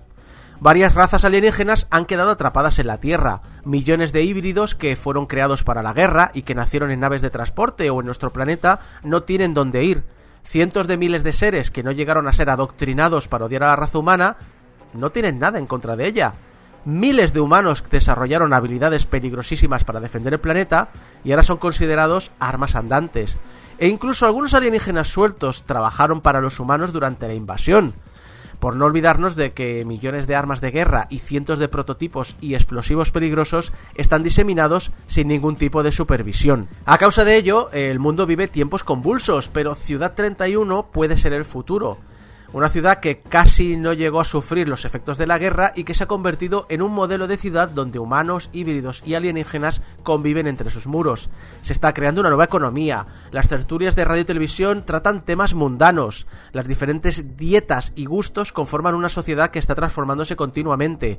Humanos, híbridos, potenciados y alienígenas trabajan codo con codo para forjar una civilización basada en la cooperación y en la coexistencia. El problema es que no todo el mundo lo ve igual. No todo el mundo acepta que la sociedad ha cambiado. Y algunos de estos tienen la capacidad económica, militar o psiónica para intentar imponer las ideas del viejo mundo. En una ciudad poblada por una variedad racial tan grande, pues el departamento de policía se ve desbordado casi a diario. Y aquí llegamos nosotros, la nueva iniciativa de XCOM, la agencia de reclamación. La agencia de reclamación es un grupo formado por varios personajes secundarios de XCOM 2 para tratar con los peligros que los ancianos dejaron atrás. Su modus operandi no es sustituir a las fuerzas del orden de las diferentes comunidades, sino integrarse en ellas y ayudarlas en lo posible. Y para hacerlos se forma con humanos, alienígenas e híbridos con capacidades de combate excepcionales. Chimera Squad es el primero de estos escuadrones y al poco de llegar a la ciudad tiene lugar un atentado. Nuestra misión, descubrir quién se esconde tras el mismo y detenerle. Pero sin casi pistas y con un apoyo municipal bajo mínimos, tocará hacer mucho trabajo de investigación.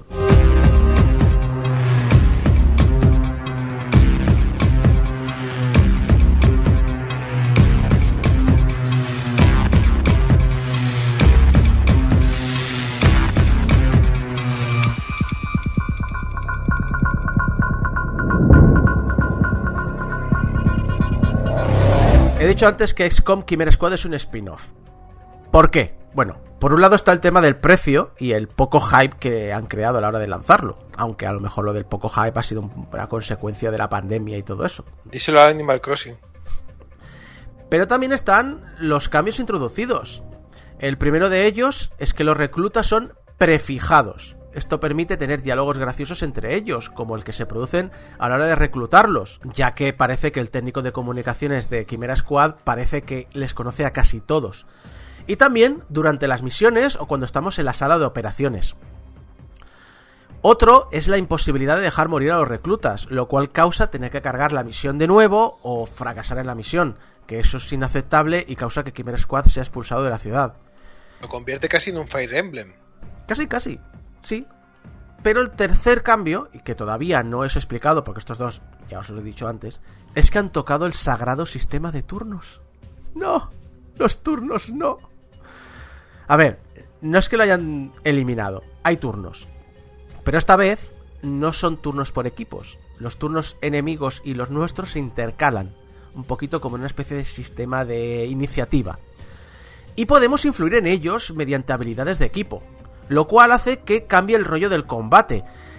Y esto aquí podríamos discutir si quizá mejor, porque mi problema cuando juegas XCOM 2 es que es muy cómodo, ¿no? En plan de... puedes abusar del sistema de turno de equipo, porque piensas, este me va a eliminar a este, por lo tanto este puede avanzar aquí, puedo aprovechar un primer turno para este y usar los dos turnos de este, y si funcionan bien puedo gastar este turno del primero en una cosa u otra, etcétera, etcétera. Que en mi opinión hacía el combate un poquito irreal, pero bueno, siempre la estrategia es de pensar en que es una simulación por fases de lo que podría ocurrir.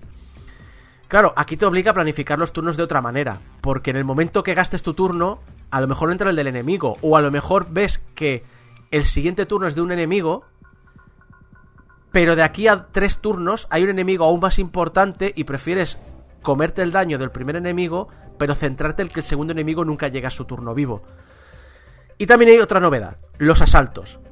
Aquí cada batalla se empieza preparando la entrada al escenario, y diferentes entradas causan diferentes consecuencias. Puedes encontrarte que hay menos enemigos agresivos, o puedes encontrarte que te quedas bloqueado el primer turno, o puede que la entrada te deje más descubierto y más vulnerable, o que tengas una mejor puntería contra los enemigos presentes.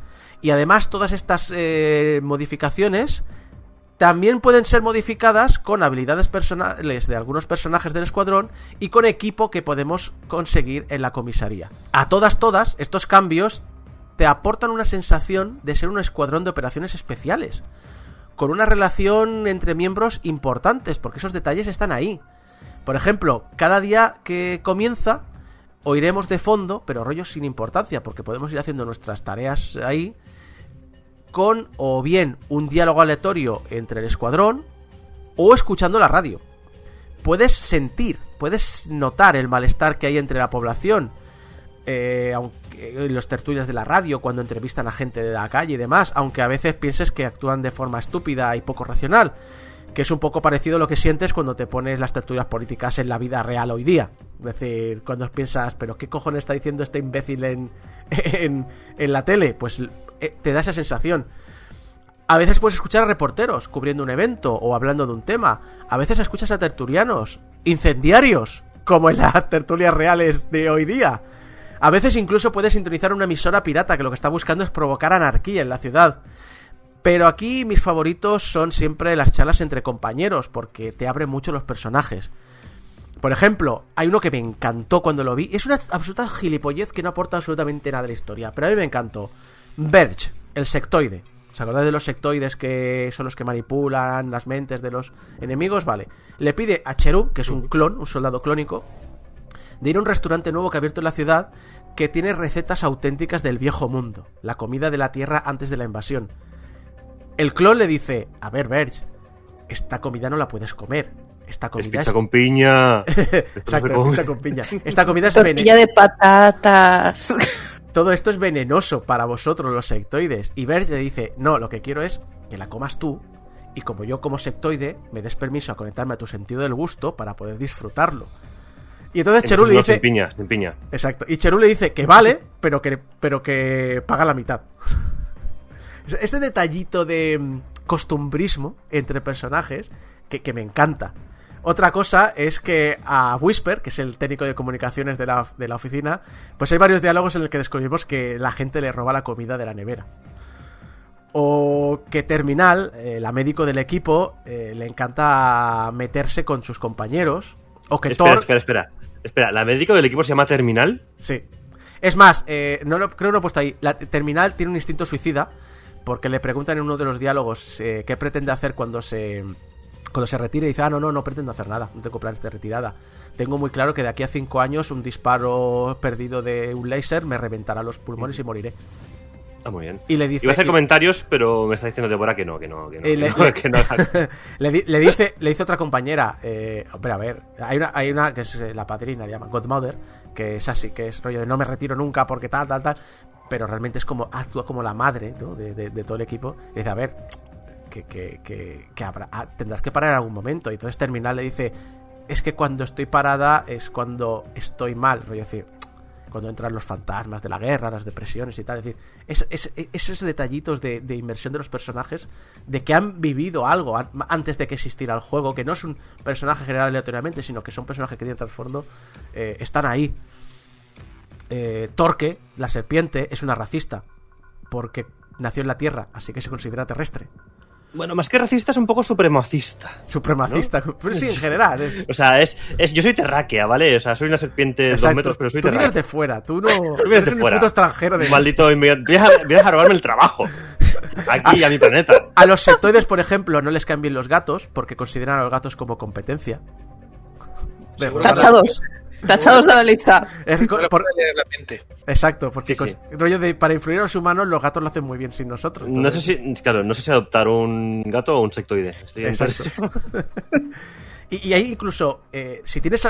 A ver, como los escuadrones los vas poniendo tú, hay veces que en un diálogo se añade alguna frase de alguien que tienes en el escuadrón que no aparecería si no estuviera. O se transmite también en una personalidad, porque ¿os acordáis que en XCOM 1 y 2, cuando te mueves en una posición, por ejemplo, cuando haces algo, a veces te responden al comandante? En plan de, me muevo a la nueva posición, o recargando y tal. Aquí lo siguen haciendo, pero otro personaje muchas veces le responde algo. Por ejemplo, una vez, creo que fue Godmother, era un personaje humano, se desplazó a una nueva posición y dice, desplazándome a una mejor posición de tiro, algo así. Y Torque, la serpiente, le responde, ya está vacilando de tener extremidades. cosas así. Esto me recuerda un poco, son títulos totalmente distintos, pero me recuerda un poco lo que pasa en los grupos que llevas en Dragon Age, que se van lanzando pullitas. Sí. Y depende de los que pongas en el grupo, si se llevan mal, se van insultando y se van diciendo de todo. Entonces, me ha hecho mucha gracia conectar estas cosas porque a mí también me gusta mucho. No sé, le da esa vidilla al juego, ¿no? Esa salsita. El toque costumbrista es lo que me gusta que sí. Este detalle. El límite en eso estaba en Baldur's Gate, cuando empezaban con las pullitas, pero de pronto estabas jugando y se le llevaban a mazazos y se mataban unos a otros. Y dices tú, pero ¿qué ha pasado? Y dices, no, se llevaban mal y lo he matado. Ya está. Vale. No, yo no he sido, ha caído en combate y ya está. A ver, hay también un detalle, Whisper tiene relación con casi todos. Y de hecho, Whisper recibe a todos los reclutas nuevos. Cuando reclutas a Torque, la serpiente, Whisper le pregunta: Torque, ¿está todo bien entre nosotros? Y Torque le responde: no sé, ¿te has hecho ya una lobotomía? No puedo decir que lo haya hecho. Pues entonces no está todo bien entre nosotros. Es en plan de: ¿qué has hecho, Whisper? ¿Qué has hecho? Que eres humano. ¿Qué has hecho con la serpiente? Yo solo te digo que estás mencionando mucho a esta serpiente, ¿ya? Sí, sí. Me encanta. Una obsesión, ¿eh? Me encanta, porque estoy haciendo una segunda jugada y estoy reclutando a toda la gente que no he reclutado en la primera vuelta, pero Torque está. Y Torque está porque es una hija de puta que lo único que sabe es meterse con todo el mundo. Y eso detalle me encanta.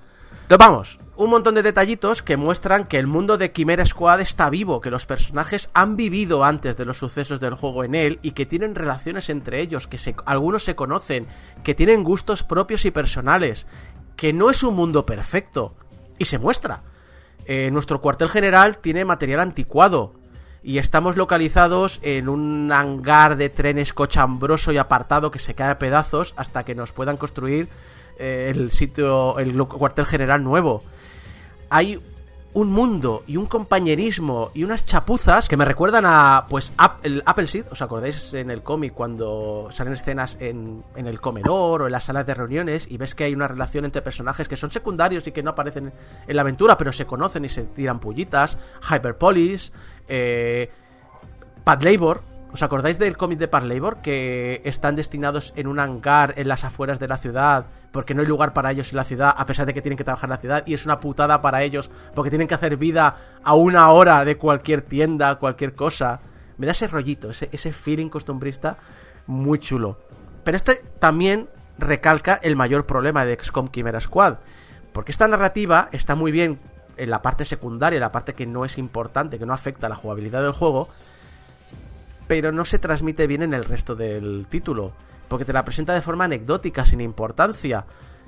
La historia en sí da absolutamente igual a quien lleves, no es trascendente, no hay un clímax final, no hay un aumento de tensión palpable, es más, el final llega casi de improviso.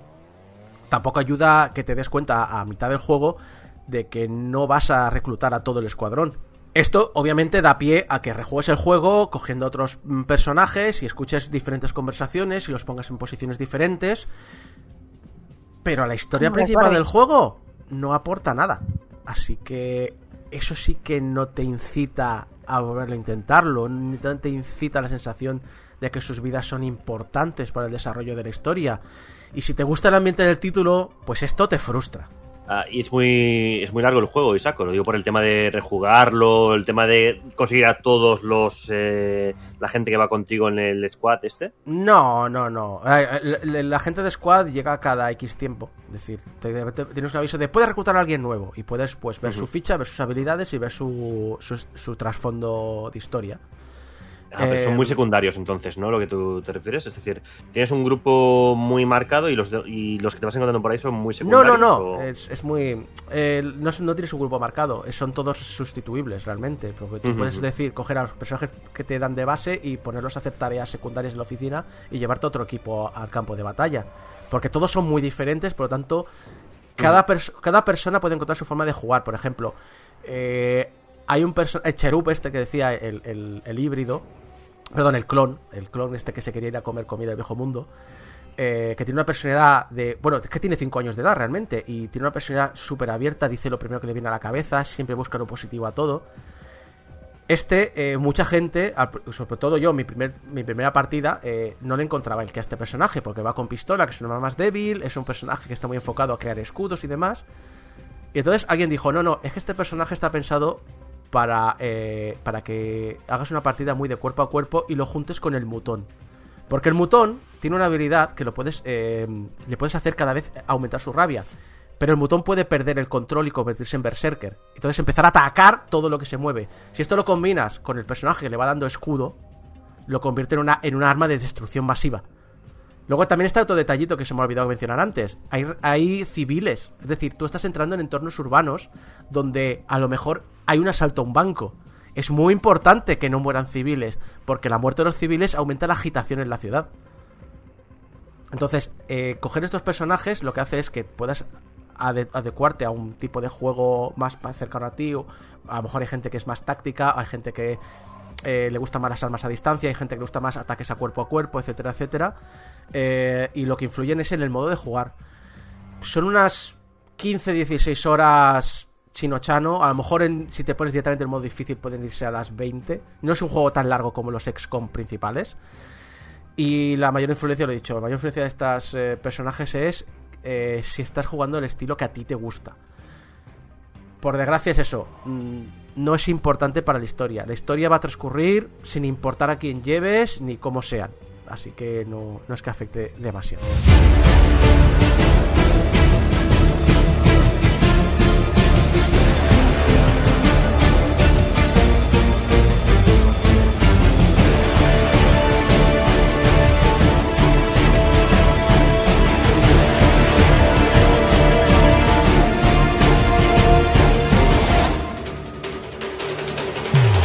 Pero a pesar de todos estos cambios, el estilo XCOM sigue muy presente. Tenemos que buscar las mejores posiciones y coberturas. Debemos ascender de categoría a nuestros pelotones, nuestros operativos, para obtener habilidades extras, y debemos equiparlos con el mejor armamento que caiga en nuestras manos y modificarlo con piezas que o investiguemos, o fabriquemos, o compremos en el mercado negro, o encontremos haciendo misiones.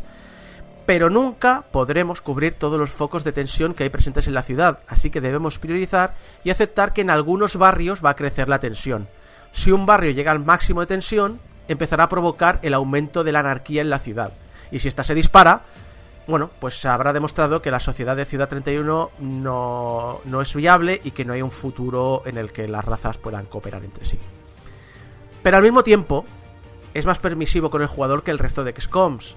Como no está pensado que puedas salir de una misión fracasando o perdiendo operativos muy valiosos, pues claro, el juego siempre va en aumento.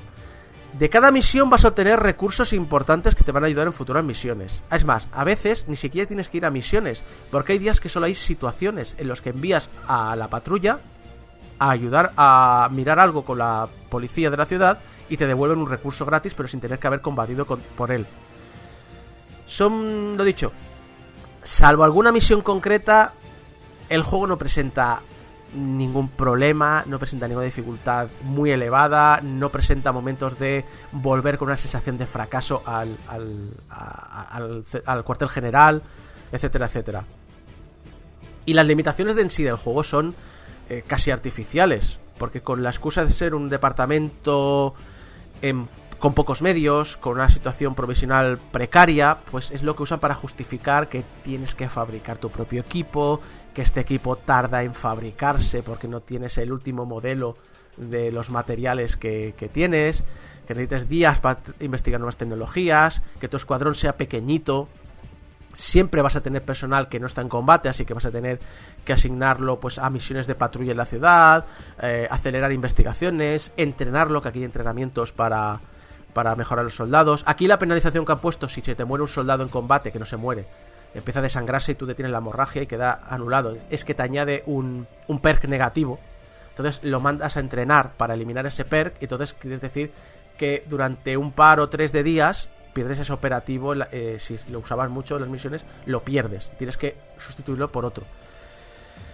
Y además, como lo he dicho, no tienes suficiente personal para cubrir todos los huecos disponibles, y solo se sube la experiencia de los soldados en combate, así que tienes que ir rotándolos, porque sabes que en algún momento vas a tener que dejar alguno entrenando. Por lo tanto es importante que vayas rotándolo, vayas aprendiendo nuevas formas de jugar y vayas moviendo estos personajes, cambiando obviamente el curso de los combates notablemente.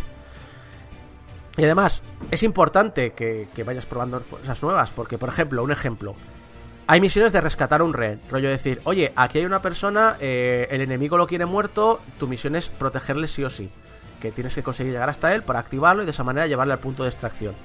Pues claro, tú puedes coger al mutón, por ejemplo, por decir algo, envolverlo en un escudo cinético y, como es un tanque, lánzate por el rehén, que todo el mundo vaya por ti, da igual porque tú resistes. O puedes cargarte al enemigo más cercano o a los enemigos más cercanos y intentar acercarnos cubriendo con el resto del pelotón con del fuego enemigo. O puedes usar a la serpiente Torque, que tiene la habilidad de abstraer a no solo a enemigos, sino también a civiles o a personajes con su lengua. Entonces, que Torque directamente agarra el rehén, lo acerque a tu posición y tirarlo fuera ya de la misión y rescatarlo. Es decir, dependiendo de quién lleves, te cambia el curso de los combates. Pero vamos a seguir con las cosas que sí que son de XCOM. Los bugs. Porque los otros XCOM llegué unos años tarde. Por lo tanto, jugar los juegos con parches, teóricamente arreglados. Y aún así siempre he notado que esos juegos rascan. Siempre tienen algún problemita de inteligencia artificial, siempre tienen algún problemita de me quedo aquí parado y demás. Aquí en Chimera Squad he caído de lanzamiento, y eso significa que me he comido el juego recién hecho. He tenido cuelgues gordos, de los de obligarme a cerrar el juego. O de, en los asaltos estos que he dicho antes, la preparación del asalto, pues muchas veces tiras abajo una puerta para entrar. Solo que a lo mejor la puerta no la ves abrirse. La puerta sigue ahí gráficamente. Los personajes hacen como que si no estuviera. ¿De qué me suena eso? Últimamente hemos tenido una experiencia similar. ¿Cuál era? Con el Minecraft ¿Con él? Dungeons. Minecraft Dungeons. Es con Minecraft Dungeons también, es verdad. O que los menús de combate, yo juego con mando, ¿vale? Entonces no me señala la opción que estoy señalando. No hay un cuadro que marque claramente estás en esta opción de combate. Por la descripción de abajo sé en qué punto estoy, pero no me aparece. Es más, si juegas con mando, muchas veces tienes que empezar a hacer una especie de baile con el stick, porque si tú dices derecha no va a la derecha, porque se ha decidido atascarse en vez de saber qué opción y no quiere moverse. Entonces hay cosas de pulido que faltan. Pero por lo que leo en los foros, lo de ser un festival de bugs en los lanzamientos es una tradición de la saga, como los servidores caídos cada vez que se lanza un Battlefield nuevo, por ejemplo. Por cierto, Firaxis, un día quiero hablar muy seriamente con vosotros porque no entiendo vuestra manía de que la opción por defecto en el menú principal sea siempre empezar partida nueva en vez de cargar partida. O sea, no entiendo por qué. O sea, cada vez que quiero empezar rápidamente la partida acabo con el menú de bueno, ¿qué dificultad quieres por la nueva partida? ¡No! ¡Quiero cargar la partida! ¿Para qué crees que abro el juego, coño? ¿Debe todo esto afectar al juego? No. Es un XCOM, pero con un componente de misiones urbanas que le da otro rollito. Alguien lo definió como XCOM cruzado con Brooklyn Nine-Nine, que no creo que sea así porque no es de humor el juego. Tiene cositas de humor. Yo compraba, Yo compraba eso. Yo compraba eso, vamos. A ver, no es un juego de humor, tiene sus detallitos con de humor. Terry Crews, eso sí. Terry Crews Terry Crews el papel de sectoide. No, es que sería el mutón. El mutón, sí. ¡Power! Yo creo que más bien es XCOM mezclado con Canción Triste de Hill Street. No, porque pues tampoco es un dramita. Pero bueno, no era un dramita Hill Street Blues, lo que pasa es que la gente se acuerda que era una serie policial, procedural. Bueno, y apuestos ya mezclado con agárralo como puedas, directamente. Eso estaría muy bien. A ver, si te gusta el grupo de, pues lo dicho, de asaltar lugares urbanos, rollo, voy a asaltar un piso, voy a asaltar un banco, voy a asaltar pues la entrada de una fábrica, voy a asaltar un hangar, ese tipo, pues si te gusta este rollito más táctico, de más urbano, yo creo que te va a disfrutar la temática. Gráficamente cumple, que ya es mucho tratándose de un XCOM. Los retratos de los personajes tienen un estilo comic book, lo cual les da mucho más personalidad que no el 3D de los anteriores. Y las cutscenes son como pequeñas viñetas narradas, que os lo he dicho antes, que este rollito que tiene de comic book noventero, este feeling lo tiene ahí. Durante las misiones, eso sí, durante el transcurso de la misión no se diferencia mucho de otros títulos de la saga, aunque al estar en un ambiente urbano, por norma general tiene unos gráficos más coloridos que no los bosques y desiertos nocturnos de los antecesores. Y sonoramente, bueno, la música está ahí, como en el resto de la saga. No es algo que vayas a recordar especialmente, pero está doblado al español. Algunos personajes bastante bien, otros secundarios con menor fortuna. Pero el problema aquí no es del doblaje. A ver, en inglés sí, en inglés ya os digo que es superior. Pero el mayor problema, y esto lo he aprendido en Twitter, gracias a la dobladora original de Torque, en concreto, es que los dobladores nunca les señalaron que estaban interpretando a personajes que no eran humanos. Los diálogos del resto de razas suenan muy humanos, muchos de ellos con acento americano. No ha habido hueco para interpretar, no ha habido señalizaciones de cómo hacerlo, porque los actores nunca recibieron indicaciones de su personaje. Y esto rasca a veces un poco con el ambiente del título.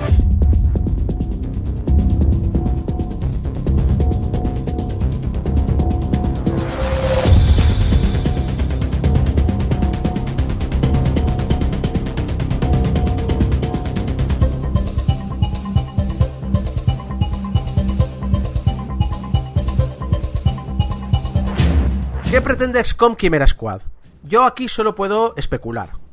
Pero en mi opinión lo que busca claramente es ampliar la base de jugadores del título. Porque reconozcámoslo, los juegos de estrategia no son lo más popular del mercado. Y las sagas con un número detrás dan miedo a los nuevos jugadores. Chimera Squad permite conocer, por un precio muy bajo y un estilo particular mucho más atractivo, el mundo de XCOM y abrir puertas a que XCOM 3 llegue a más gente que de otro modo ni se arriesgaría a acercarse a la franquicia. Los propios desarrolladores ya han advertido que Chimera Squad es en gran parte un campo de pruebas para ideas de gameplay y que no debemos dar por hecho que se van a implementar en futuros juegos de la saga.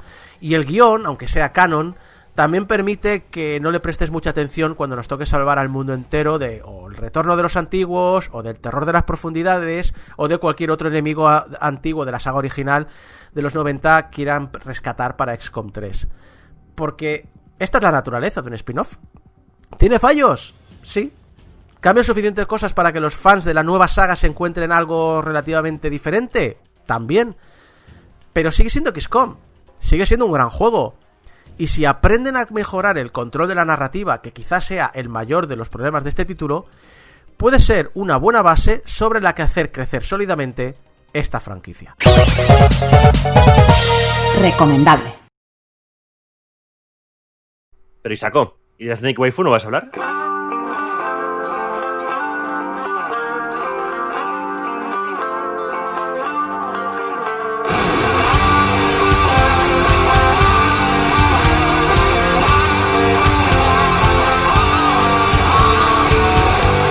Regresamos con el rincón del narizón. Esta vez el rol es muy concreto, es muy específico.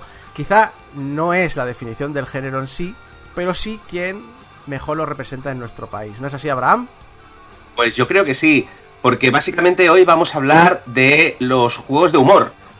Y es que básicamente si hay algo que nos gusta en España es reírnos de todo, casi tanto como la envidia o el fútbol. Así que tenemos juegos de rol que parodian géneros y situaciones para dar y vender. Y me gustaría empezar diciendo que aunque hay una nutrida y sana oferta comercial de juegos de humor, lo mejor que podéis hacer para introduciros al género es hablar con alguien más o menos veterano, a ser posible que sea miembro de algún club de rol, y le preguntéis por los juegos caseros. Según mi experiencia, al menos tenéis muchos números que el club tenga su propio juego parodia de humor de algo, normalmente hecho por alguno de los árbitros regulares para echarse unas risas entre campaña seria y campaña seria. Suelen ser juegos que usan una versión muy simplificada de las reglas favoritas de dicho árbitro y precisamente porque no hay ninguna presión para hacerlo bien y en general son one shots, si conseguís que os inviten a una sesión de estas, os lo vais a pasar teta. Dicho esto, no todo el mundo tiene acceso a un árbitro de este tipo, o este árbitro ya está enamorado de algún juego comercial existente, así que aunque me encantaría dedicarle los próximos 7 minutos a Tufo, Enemigo Desconocido, ese juego de rol donde mi personaje, que era un cocinero al que Steven Seagal había suplantado para hacer una serie de películas de acción, se enfrentó a la terrible amenaza de los Kulo-Ul, unos terribles parásitos alienígenas que te controlaban el cuerpo desde donde la espalda pierde su nombre, y que habían poseído a un tal Javier Sordo, que hacía un programa llamado Crónicas Murcianas para controlar al mundo desde ese programa. Respira. Bueno, sí, hablaremos porque de juegos comerciales. Lo de Tufo, Enemigo Desconocido viene muy apropiado con el análisis de esta semana de XCOM, ¿eh? Pues sí. De hecho, el juego este en concreto estaba inspirado en UFO, Enemy Unknown, y más concretamente UFO Terror from the Deep, que era el juego que había jugado este chico. Aunque creo que solo cogía el nombre, porque lo de los Kulo-Ul es claramente una referencia a los Goa'uld, y Javier Tordó, bueno, y las Crónicas Murcianas también. Esto A mí nos dice quiere decir que si tenéis 25 años o menos, no estáis pillando una puta mierda. Sí, es lo que iba a decir. También creo que se ve claro qué referencias estábamos trabajando, ¿verdad? Bueno, en cualquier caso, no vamos a hablar de Tufo, Enemy Unknown, aunque me gustaría. Hablaremos de juegos comerciales, empezando por Fan Hunter.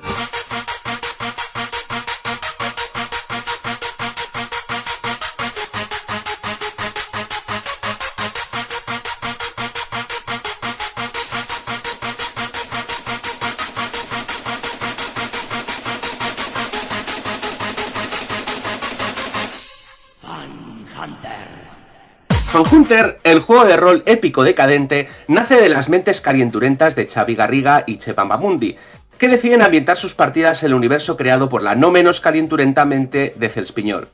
En este universo, Alejo Cuervo, un vendedor de libros de ciencia ficción, es poseído por el espíritu de Philip K. Dick y decide conquistar el mundo, fundando en Europa el estado papal de Dick y moviendo su capital a Barcelona, que será renombrada como Varna City. Creo que me dejo algo. Sí, también prohíbe todo tipo de expresión cultural más o menos divertida. A partir de ahora, los cómics, el rock and roll, música máquina, los videojuegos y todo lo que sea máximamente divertido era prohibido. Por supuesto, la gente no se lo toma bien y la resistencia, formada por antiguos fans, decide plantarle cara con humor y altas dosis de violencia. La primera edición salió en forma de fanzine en 1992, aunque la que conocemos casi todos es la oficial, publicada por Farsas Wagon el año siguiente. Para ser un juego fan editado, vende un porrón de copias, pero un porrón, sobre todo teniendo en cuenta que originalmente su distribución estaba centrada en Barcelona. Es fascinante encontrarse amigos de cualquier parte de España, veteranos de rol, y ver que todos tienen su copia del juego, habitualmente gastada y hecha mierda. Aunque por otro lado hay que decirlo, Farsas Wagon, con la excusa de ser una editorial pequeña y fan editada, estuvo vendiendo el juego casi 8 años, así que tampoco es tan raro. A mí estas historias me fascinan, y no solo en rol, en cómics, en videojuegos. Está muy chulo que una empresa pequeñita que muchas veces es casi más por hobby que otra cosa, de repente le explote algo y pueda más o menos vivir de ello, pero al mismo tiempo te encierra mucho en un único producto, no te permite moverte demasiado de por ahí. Creo que has tenido incluso en otras secciones de rol, has hablado de alguna editorial que ha pasado lo mismo, que le ha explotado un producto y todo lo que se saca de ahí ha tenido problemas a la hora de la editorial, a la hora de expandirse. Además que muchas de estas editoriales, no es el caso de Farsas Wagon, porque Farsas Wagon nace creo que exclusivamente con la idea de sacar Fan Hunter, el juego de rol, y creo que no han publicado nunca nada más en su vida. Es decir, han publicado Fan Hunter y las expansiones. Pero muchas otras editoriales, el problema que se encuentran es que sacan ese juego, vende tanto que el siguiente juego lo escalan para que venda lo mismo. Y es imposible. Muchas veces replicar el éxito no es posible. Entonces, en el caso de Talsorian, por ejemplo, lo que se encontraron es que el bueno de Mike Pondsmith intentó sacar Cyberpunk 3 como si fuera Cyberpunk 2. Pero claro, la cosa es que Cyberpunk 2 fue un éxito abrumador y no podía esperar que Cyberpunk 3 vendiese lo que vendía el 2. Especialmente porque era un juego distinto, aunque tuviera la misma etiqueta. Y, por ejemplo, ahora que va a salir Cyberpunk Red, nos vamos a encontrar lo mismo. Se va a publicar en castellano. Al final ha salido la noticia que seguramente en septiembre tendremos el juego de rol de mesa más o menos al mismo tiempo que el videojuego. Pero yo no creo que Cyberpunk Red vaya a tener el éxito que tuvo Cyberpunk 2020 en su momento. Pero también tengo que decir que yo creo que la diferencia es que no creo que esta vez se esperen que vaya a tener ese éxito. Muchos de las editoriales estas antiguas y pequeñas pecaban de que sus editores no eran profesionales de la edición, eran jugadores de rol que habían tenido suerte. Díselo a los editores al editor no, al creador, escritor de The Witcher, lo que ha pasado con los libros. Bueno, sé que es distinto, que es literatura, pero un regalito se van a llevar, el que edite el nuevo Cyberpunk se va a llevar un regalito seguro, por lo menos temporal. Bueno, el nuevo Cyberpunk creo que lo edita no solo Roll, pero tendría que confirmártelo, porque he visto el anuncio muy de pasada. En cualquier caso, estábamos hablando de Fan Hunter y su éxito. Y es que el juego tuvo muy buena acogida, es decir, el manual original se vendió muy bien, se hizo una revisión muy rápidamente, que no aparece como un número como un número con un ISBN separado. Y a partir de ahí, pues se ponen a lanzar suplementos. El primero es el Expansion Kit, que salió en el 94, seguido muy de cerca de la guía de Varna City y Operación Annihilate. En el 97, junto con o sea, que salió más o menos al mismo tiempo que la edición de Fan Hunter de Planeta, sacaron BCN Tales. Y en el 2001 lanzan la magna trilogía, y la más difícil de conseguir, porque es la que se publicó durante menos tiempo, Spanish Show. Que por cierto, si alguien la tiene y no la quiere, que me mande un privado. Podemos llegar a un acuerdo. Y aparte de eso, también tenemos otros juegos. Por ejemplo, la Factoría de Ideas sobre el 2001 también lanzó Vampiro la Mariscada y Fan Hunter Outfan. Si bien estos no tuvieron tan buena acogida, y como no son de Chema Pamundi, no volveremos a hablar de ellos. Javi lo tiene y está ofendidito. Estoy orgulloso. Sí, es divertido. Es divertido.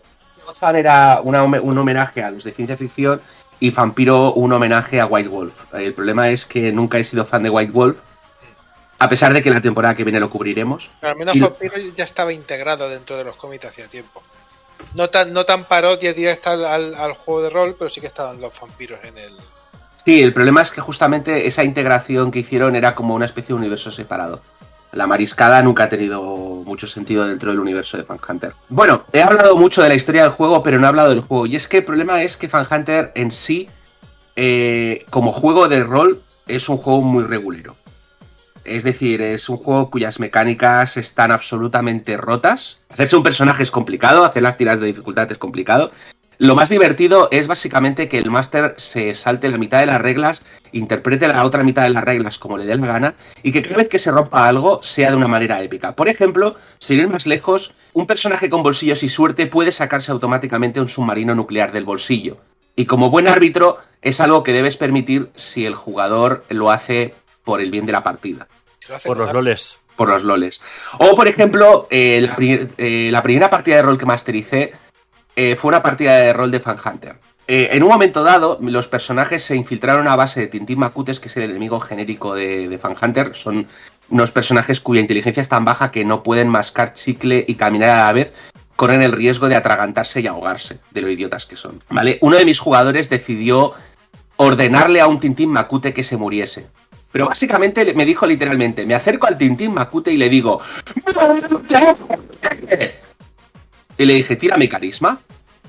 Se me lo tiró y convenció al Tintín Macute de que se muriese. O sea, ¿para qué disparar?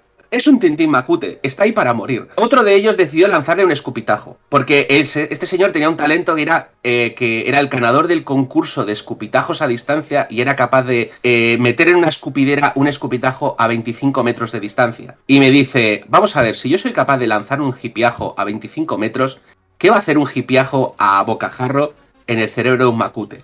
Y yo, pues tira y lo averiguaremos. Si tuvo éxito... Y básicamente le pegó un hipiajo y le reventó el cerebro al Tintín Macute.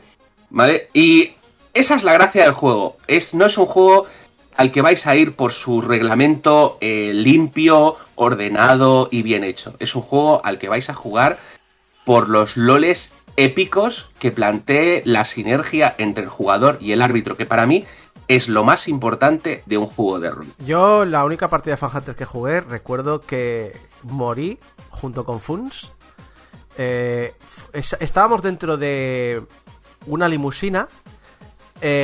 Funs sacó un patinete a reacción. Él conducía y yo estaba enganchado detrás de él, disparando en modo akimbo a dos manos, y salimos por la puerta todos disparados, disparando a nuestro alrededor. Fue una muerte gloriosa. Bueno, yo tuve que yo hacía máster de Fan Hunter y tenía una amiga que era otaku. Y se tomó lo del bolsillo, se lo tomó en serio, y como tú dices, y se lo tomó como que era el bolsillo de Doraemon, lo que llevaba. Lo mezcló de esa manera, así que tenía la excusa de, no, es que saco tal cosa. Lo que yo le hice fue, vale, tú me sacas lo que sea, pero me lo tienes que justificar como si fuera un cachivache de Doraemon. O sea, tú me tienes que justificar que eso tiene unas habilidades concretas con una apariencia distinta. ¡El portaaviones de la muerte! Nosotros tuvimos a un Doraemon en el grupo, se llamaba Doromeón.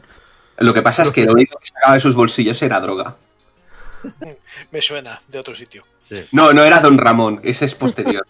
Sí, Estamos hablando del 98, 99. pero se ve que son familia. No era el mismo Don Ramón. Ramón, este era No era el Doromeón. mismo. La semana que viene sale a la venta una nueva versión del manual de la mano de Debir. No he tenido todavía acceso a él, así que no puedo opinar sobre el nuevo manual, pero ya os digo que vale 25 euros y lo tengo precomprado desde la semana pasada. Y Y lo eso bonito- que salió a la venta esta semana. Sí, y lo bonito es que está Chema implicado. Ah, sí, por supuesto, es de Chema Pamundi, así que este sí podemos hablar de él. Seguramente en la temporada que viene, si Saco me permite seguir hablando de juegos de rol, volveremos a hablar de Fan Hunter en un momento dado.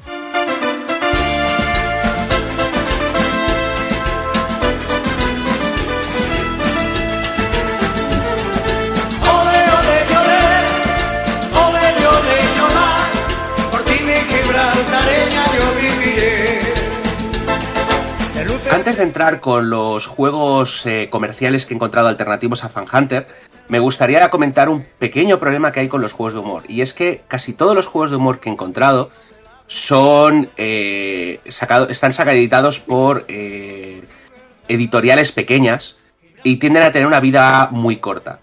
Entonces, los juegos de rol que os voy a comentar, si os llama alguno la atención, es mejor que os deis prisa, porque es posible que en 1 o 2 años sean imposibles de encontrar. Esto me ha pasado, por ejemplo, cuando he ido a hablar de un juego de rol que me hizo mucha gracia en su momento, Gañanes, que se editó en Oye, 2017.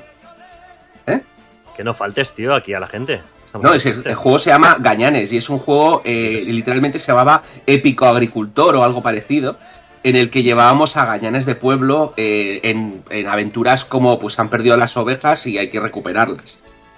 Pero el problema es que esta editorial sacó el juego por allá el 2013 y lo quitó del mercado en el 2017. Es decir, en 4 añitos dejó. Y muchos de los que he ido a buscar les pasa lo mismo. Se editó en 2011, dejó de editarse en 2013, se editó en 2014, al 2017 y similares. Entonces, dicho esto, ¿qué os parecería llevar a un grupo de abueletes en su literalmente última aventura? Suena bien. Vale, pues este es el planteamiento del juego de rol Inserso to the Limit. Creado por, Oh, tío. creado por Ignacio Sánchez y publicado por Rolecat, nos plantea situaciones tan cotidianas como vámonos de vacaciones a Torrelavega o tan absurdas como nos invaden los alienígenas. Y nuestros yayos tienen habilidades tan variopintas como Internés, Salero o Batallitas. Bien. En batallitas Vale. creo que algunos de Game Over tenemos ya esa habilidad. Sí, ya es que ¡En estamos mis ya... tiempos! Empezamos ya a estar gaga. De hecho, es una pena que no esté aquí Alex, porque Alex había jugado conmigo una prueba, porque yo participé en el Kickstarter de Inserso to the Limit, y nos podría hablar de la aventura que les hice jugar.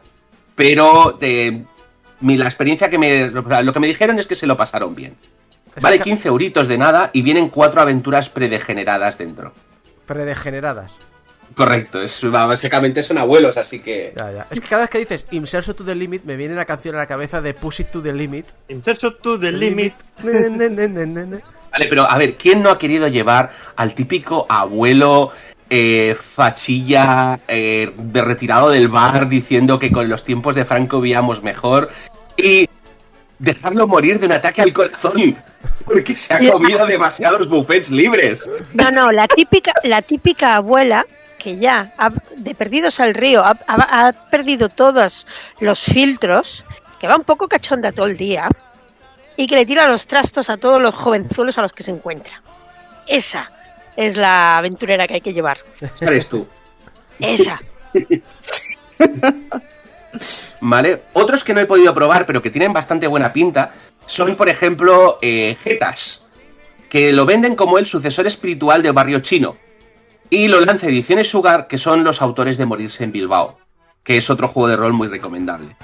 En este juego llevaremos a personajes como la Choni Poligonera, al aldeano Cateto, el taxista facha, la política corrupta, el camello trapichero, la portera cotilla, vamos, gente de toda la vida en sus barrios, en aventuras cortas y autoconclusivas, y vale 10 euritos, y está disponible en castellano, catalán y andaluz.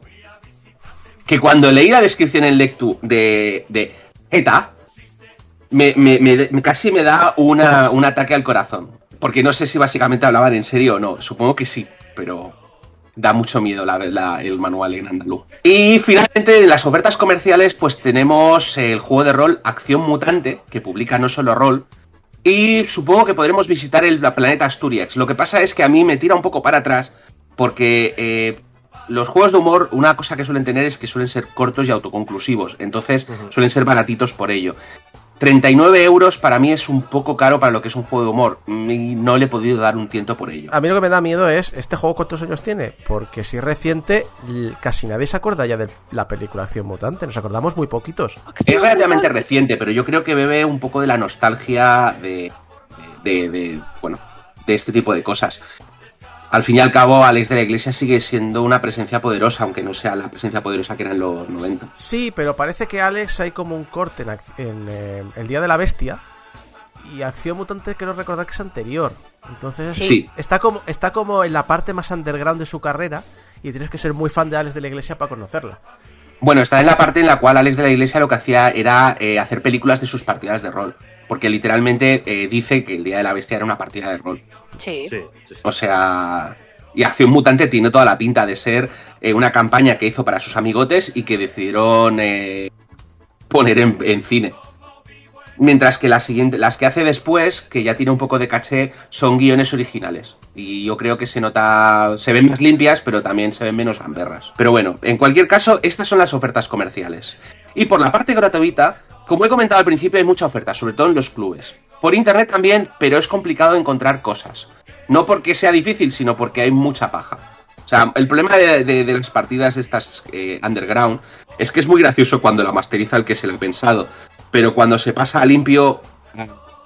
Muchas veces es un humor de grupo y si no formas parte de ese grupo no conoces el lenguaje de ese grupo. Exactamente, se pierde un poco entre toda la...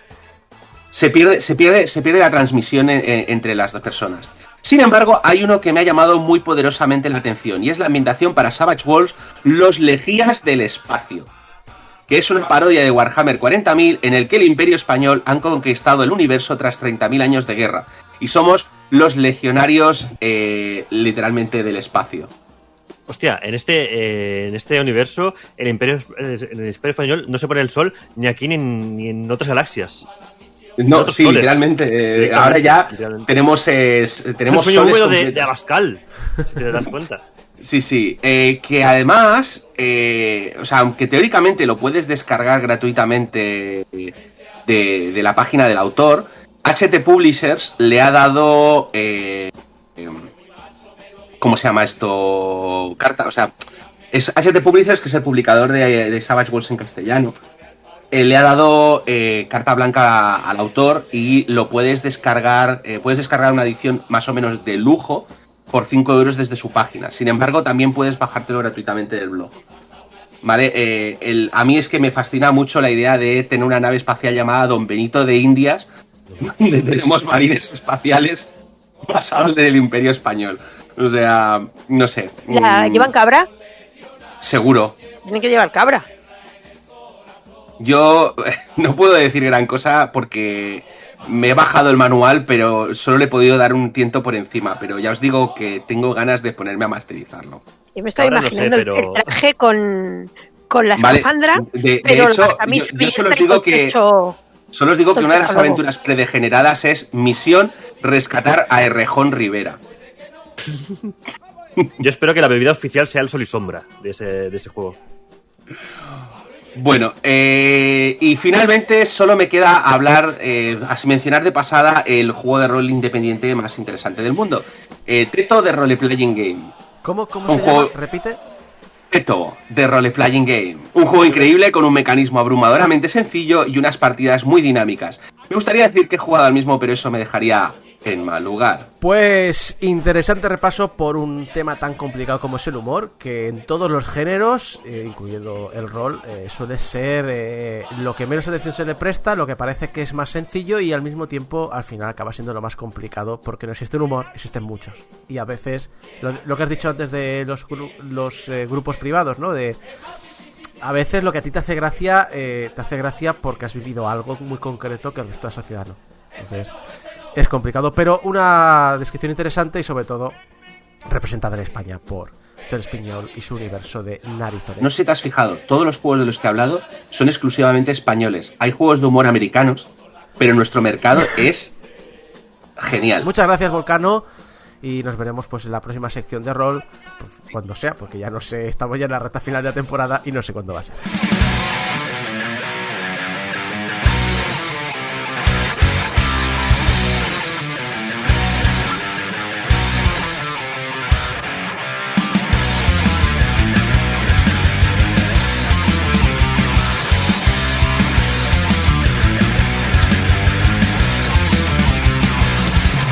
Y hasta aquí el programa de hoy, el 719 de Game Over. Muchas gracias a todo el equipo que me ha acompañado, a Débora López, a Mari Puello, a Jeco, a Fran Galdo, a Javi Gutiérrez, a Volcano y servidor de ustedes, Isaac Viana. Y también todos los memes de la Snake Waifu que os habéis puesto en el chat de Discord privado mientras grabábamos esto, intentando distraerme del análisis de XCOM Chimera Squad. Recordad que nos podéis ayudar a que los MP3 sigan online, sigan en internet, en portalgameover.com/donaciones. Ese dinero va directo a nuestro proveedor de servicios y cada vez que llega la factura, pues primero descuenta de ahí y la dolorosa es menos dolorosa. Recordad que en las redes sociales estamos siempre como Portal Game Over y que nos podéis escuchar en la radio ahora mismo en directo diferido, pero también en descarga directa, iTunes, programas de podcasts, iVoox, YouTube y Spotify. Nos podéis enviar mensajitos de amor a público@portalgameover.com y vuestros mensajes de odio a pero vais a hablar ya de la Snake Waifu @portalgameover.com, y que estamos en Discord, ya somos casi 150 personas en el servidor, en el que charlamos, nos compartimos memes y sobre todo ponemos precios a vuestros nabos. Y nada más, nos vemos la semana que viene, como siempre en esta edición confinada, con ruidos de fondo, con animalicos y con memes chorras que me está haciendo por la webcam para intentar distraerme, pero no lo están logrando. Hasta entonces, adiós.